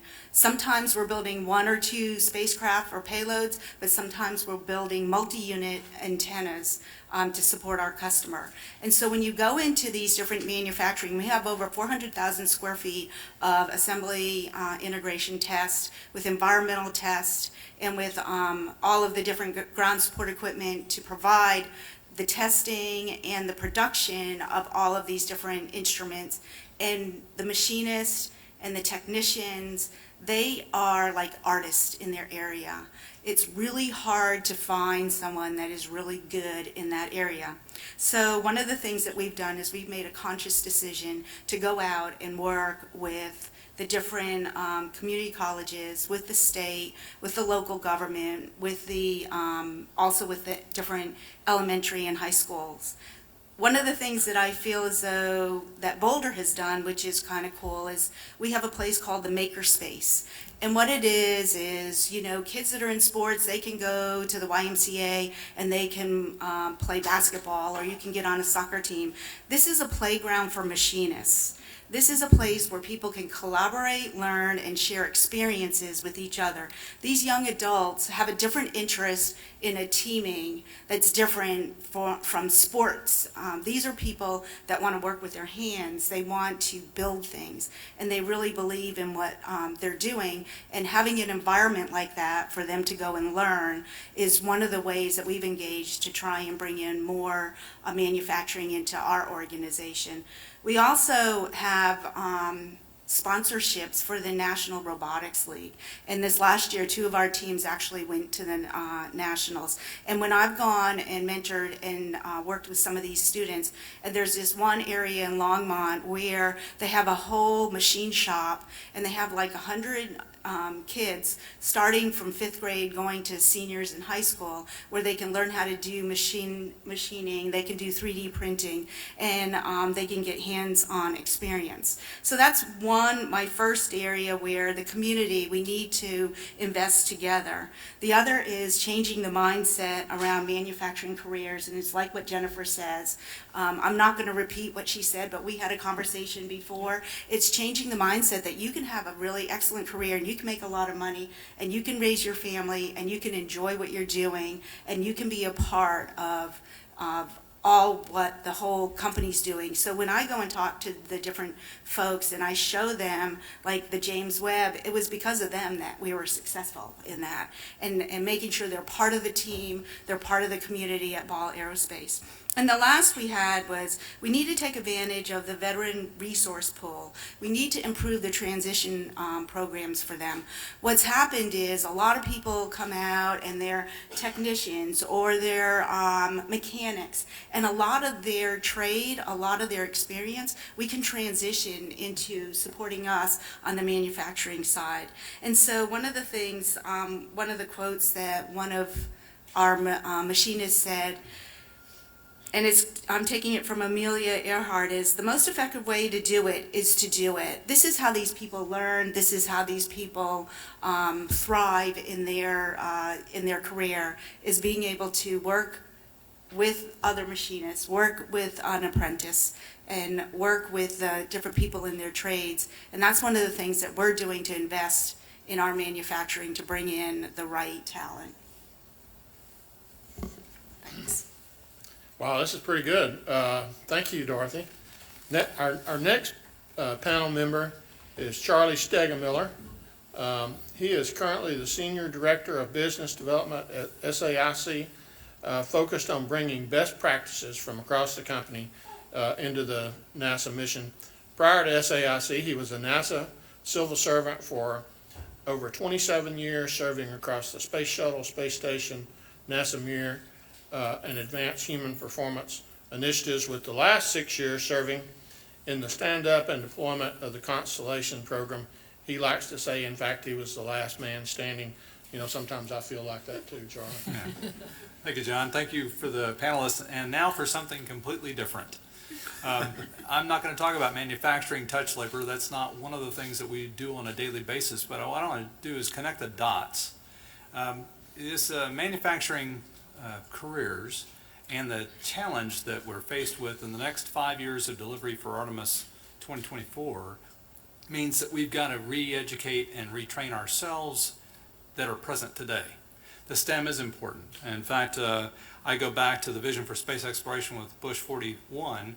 In January it came out, and Norm Augustine in 2004 testified to Congress, and I was at that panel session, and he said, this country doesn't graduate enough engineers. In fact, the gap is so significant. In 2016, at the end of 2016, China graduated 4.7 million STEM diploma personnel. India graduated 2.6 million.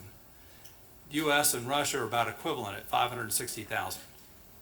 So we have to figure out how is it that we can leverage off the trades. You're talking about competitive workforce. We onshore more economy grows when we onshore more. We're seeing that. It creates a tremendous pressure and competition for assets within our own culture. And we need to figure out how are we going to manufacture differently. We're not going to go and grow 1 million more STEM graduates year over year in our present state. So can we change how we do our design and get towards development and delivery? So I'm about the people, processes, and tools, and what I witnessed in Constellation is we were trying to stand up a program that didn't have all the tools together for digital engineering. Well, today the COTS tools exist, and so when I talk about SAIC and what we're doing, I lift up in the lid, and we help work on the DoD initiative on digital engineering strategy that they issued out in 2018, and it's going digital. We've got team members that are working with NavAir and NavC. They're going completely paperless on the next generation of helicopters and tools and armaments. So the techniques on how we can go straight to design to manufacturing without having to touch paper causes us to rethink how we do our processes. And if we think about the number of different instruments they're going to have to put together each mission and subsequent missions for an Artemis lander, we've got to have an ability that we can go and roll dash numbers. So how do we apply, connect the dots? Well, this great news is most of us that have kids in the late teens, early 20s, they are really technically oriented. Even if they don't have a degree, they can certainly manipulate the game box. That's not far off from how do we leverage that competency knowing that we have too few hands to go and manufacture the product. So what I would encourage us as we think about, we have both the challenge today of how do we continue the pipeline of future engineers in STEM and science and the different trades, but at the same time, how do we reorient ourselves and cast off some of the legacies that we had. I did paper. I was a configuration engineer on Freedom back in the late 80s. I worked on shuttle. I worked on NASA Mir. I worked on Space Station ISS. I worked on Constellation. And the document structure needs to pass away. We need to go to models. We need to go to completely digital systems so that we can have a faster thought to outcome, because the techniques that these manufacturing trades that you mentioned are all digital. They can go straight to the machine. We're doing the 3D printing. We're doing the build-ups. How do we expedite and move that? So I'm encouraging you all to rethink how you today can change your business practices in your organizations today to help expedite that translation, because we're I'm not an advocate that we're going to see 2 million more engineers per year or technicians be generating. So we're going to have to rethink how we do our business and our manufacturing approaches so that we can leverage off the people that we do have and continue to grow them, but we can't just make them up. It takes a while. So that's my encouragement is if you haven't become aware of the digital engineering strategy that's occurring across the military and the intelligence community and what's happening within NASA, I encourage you to do so, because I think that's how we're going to leverage off of each other. You know, we've got to grow more, but we have to get better at what we do today. Thank you. Okay, thanks, Charlie. That was a great perspective. I just want to mention one thing before we go to the audience questions. If you look at the backdrop of the photo collage that we put together, we asked our panel members to send in a photo that represented, you know, their feelings about their work and their experience and their feelings about the panel discussion that we were going to have today. So to look, it started off a little bit random, but if you just look at that, those represent such exciting careers in manufacturing to go into. I just can't imagine that anybody wouldn't want to work in those areas. And how do we get that message out? I think that's critical for us to get that message out and change a little bit of the perception that Jennifer talked about manufacturing work. So I think, Chris, we'll go to audience questions. You know, I put a whole list of 10 questions together, Chris, so we can spend all afternoon if you guys have the time. Well, let's be careful with that. So you raise your hand if you have a question. Here you can actually ask a question in person. If you're at AIAA, they make you type it in, don't they, Dan? Good morning, Frank Sleazer with Aerojet Rocketdyne.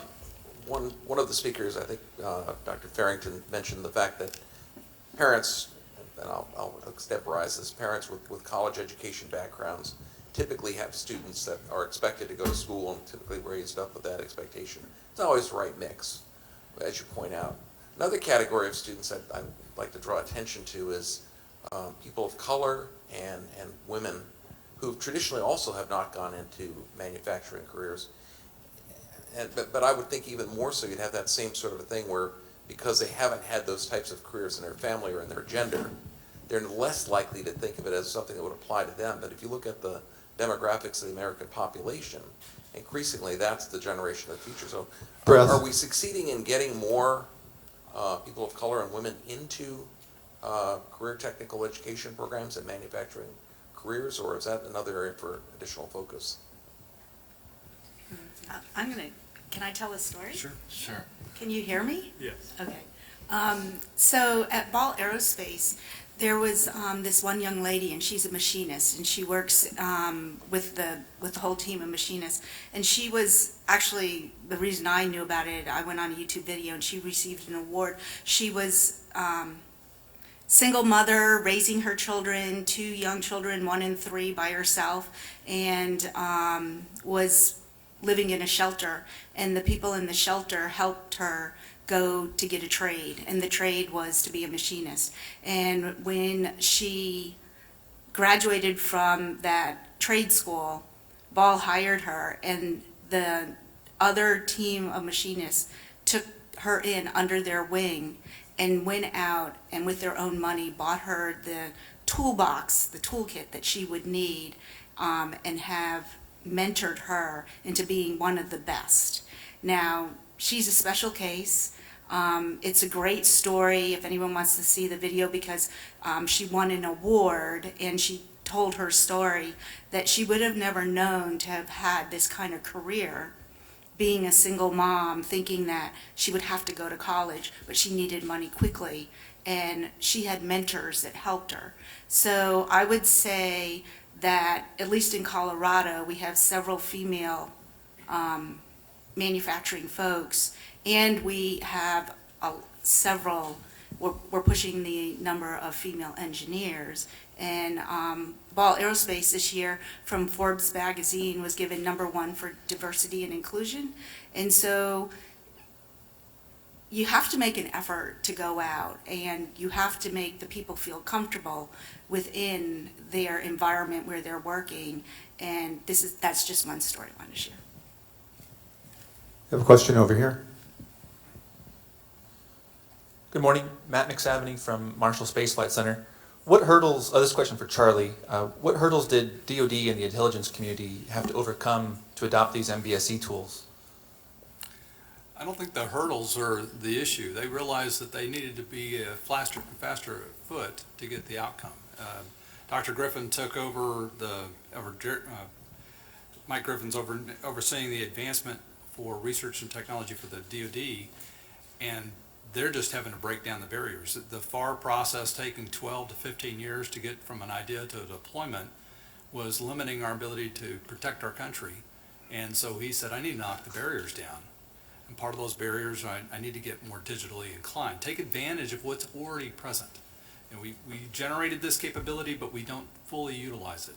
So by going digital and I'm talking to the program manager for the ISS about a zero paper project, that he wants to stop seeing paper.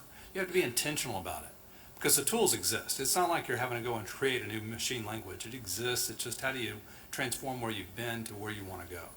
So the barriers are, so back to your point though, the question is, it is cultural change, but it's processes. And because the COTS tools exist, training is simpler, but you have to direct the action. You have to be intentional about reaching out to underrepresented demographics in this industry. Go to those schools and those communities and bring them into the game.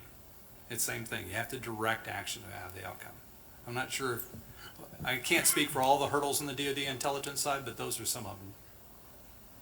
Okay, John, we have a question right here. I didn't hear any of you mention VICA. Have any of you been involved in that and reaching out as part of your STEM activities? What's the acronym again? VICA, V-I-C-A, Vocational and Industrial Clubs of America. Used to be really big in the high schools that, electronics would have a VICA and auto mechanics would have a VICA. And you'd get people coming out of there that were ideally suited to work as, as assembler, this type of work.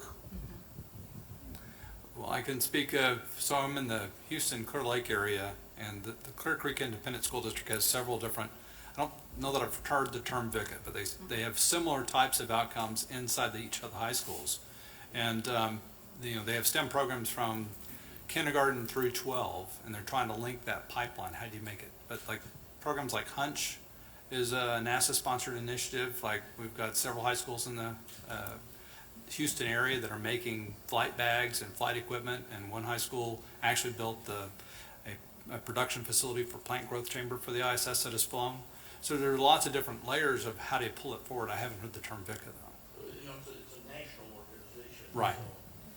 Yeah, here in Huntsville, we're involved with the limestone community in the schools. So our teams are, working with the students to get more engaged in those STEM programs. So it's important for GE and GE Aviation to be in the community, be visible in the community, and really be here as a partner. So yeah, we want to be very involved, all the way through. Hi, Andrea Harrington, Air Command and Staff College. I'm wondering if the panel would be willing to talk a little bit about the effect of export controls on developing a manufacturing workforce for our industry, particularly in light of some of the challenges that were raised in graduating the relevant number of STEM graduates within the United States. Thank you.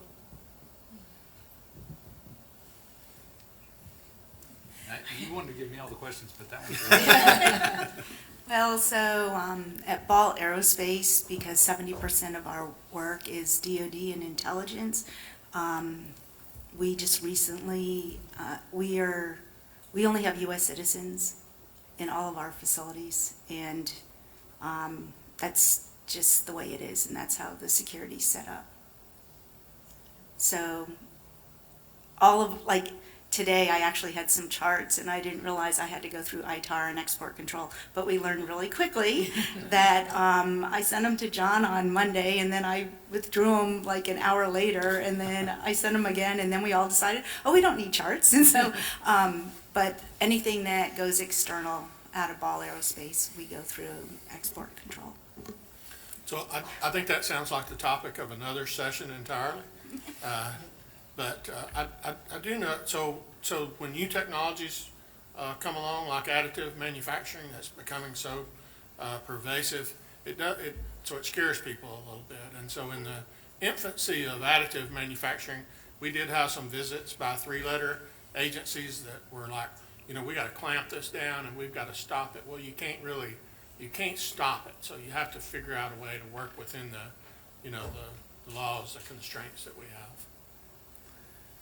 have. Hey, John, you said you had some prepared questions. You want to? I see a question up here, but I'll be glad to.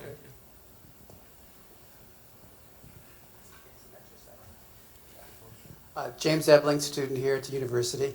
I've worked with high schools on various projects. How do you keep them involved when there's so many other things going on in their lives? I think the key of that is to make it fun, right? Yeah, we put a lot of pressure on our high schoolers. I have actually a freshman and, you know, trying to figure out what that career path is, and it's all over the map. But I think the key is to, when it's fun and it's not something that you're doing day in and day out, because that's not what they're about right now. They want to be able to dabble in this, dabble in that. I think that's what we've got to go continue to work on. When you talk about like STEM programs, you notice that a lot of it is younger, and how do you get the high schoolers more involved?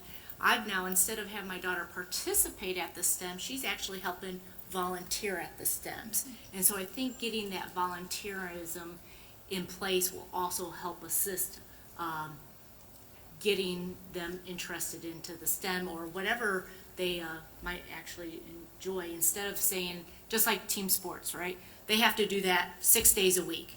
And at the end, some of them are really burned out of team sports from that standpoint because we put a lot of pressure on them. Let's not do that with our education. Let's do it maybe a month, something here on a month or every other week, something like that I think is going to be key. A lot of the STEM initiatives that I'm familiar with are typically short-term activities, a month or 2 months, and there's a number of them around. I think most colleges these days in engineering and science have summer camps that are a week or two long that allow students to get some experiences related to that. We sponsor the Science Fair Awards program in Clear Creek ISD. It's about a 45,000 student school district. And when we do the awards, I often ask the kids how many of them like to do games, and all of them raise their hands. I said, well, look around. This is the hardest game you're going to play. Science requires what's the ground rules, there's a timeline, there's some conditions, and I invite them to bring their friends to come play. I think we make it too much about the individual, and I think it's a team sport in a lot of this case. So I think any way that you can look at how do you broaden the team. And another example is the Systems Go effort. It's out of Texas, out of Fredericksburg.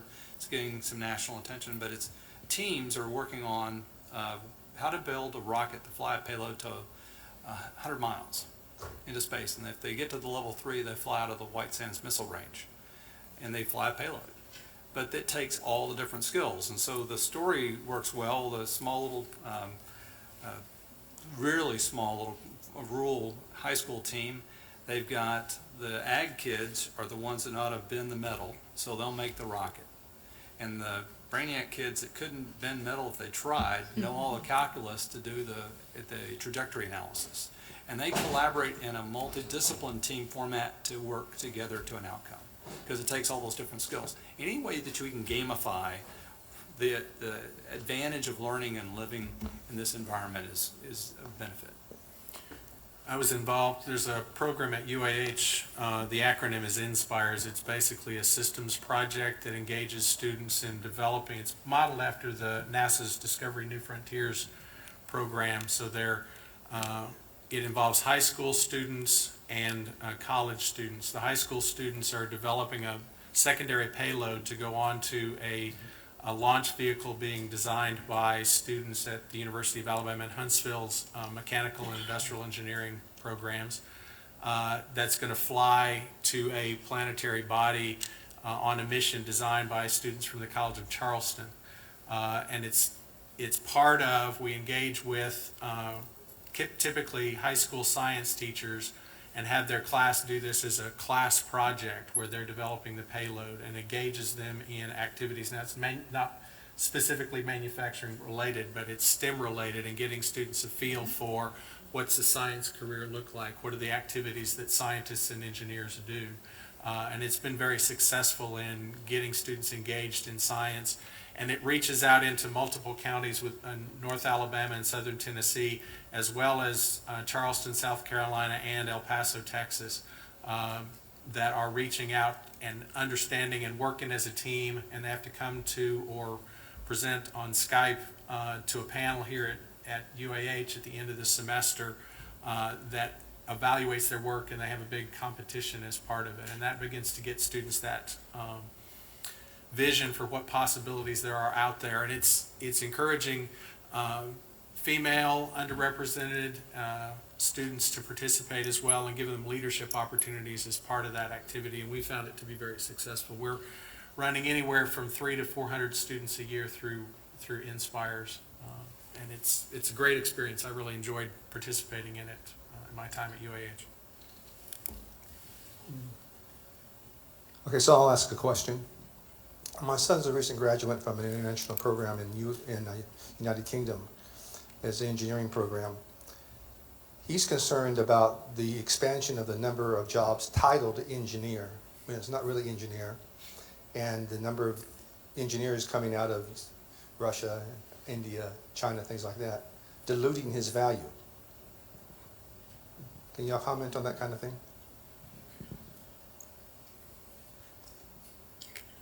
Oh, that's mine? Well, it depends on what he wants to do. If it dilutes his value, he's got to be really interested in what he wants to achieve. That's true with anything.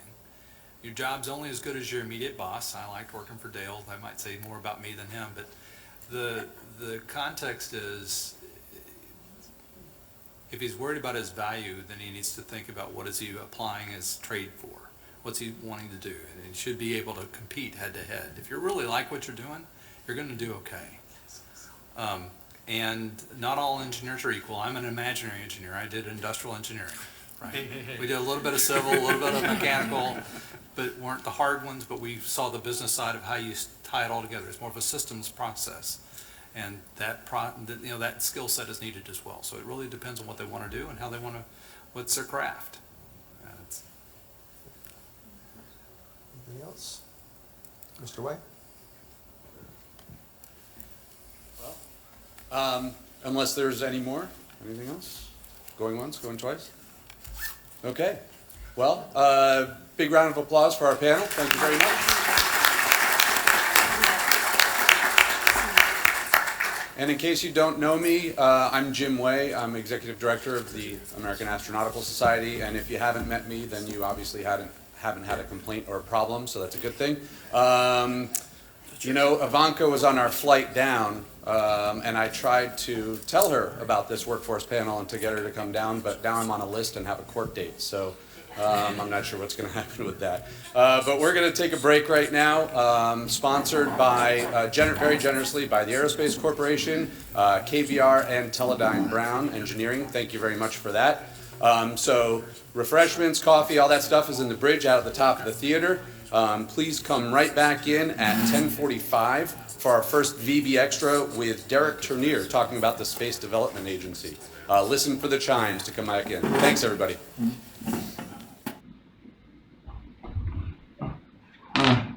Hey, everybody. I hope you can hear me all right. I'm still playing with some of the sound quality in here. So let me know in the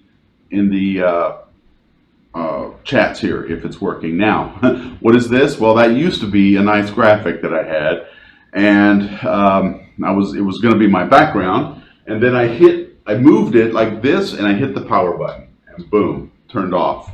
So I have a blank screen now, and now I need the remote to get my graphic back up, but it was gone. So anyway, let me know, how is the sound coming through? Peter Q, I know you're there. Let me look on Discord. All right, so there'll be some people coming throughout the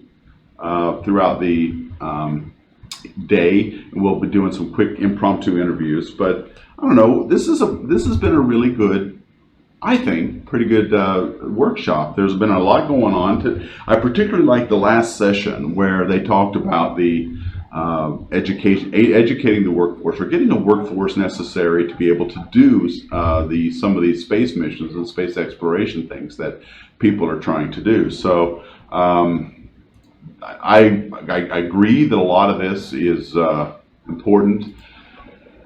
And one of the, okay, good. Thanks, Peter. I appreciate that. He said the audio is good.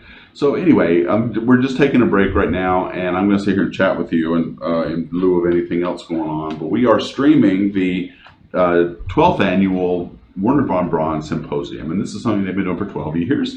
And they highlight issues and research and technologies that have been in development for human spaceflight. So it's been I think a really interesting setup. They usually hold it in the University of Alabama, Huntsville. That's where we are right now. And this was a lot of rocket stuff here, folks. If you don't know about Huntsville, Alabama, a lot of rocket stuff. A lot of the early Apollo rockets were built here. A lot of infrastructure in place for building rockets is here. So really an interesting place. It's really Twitch.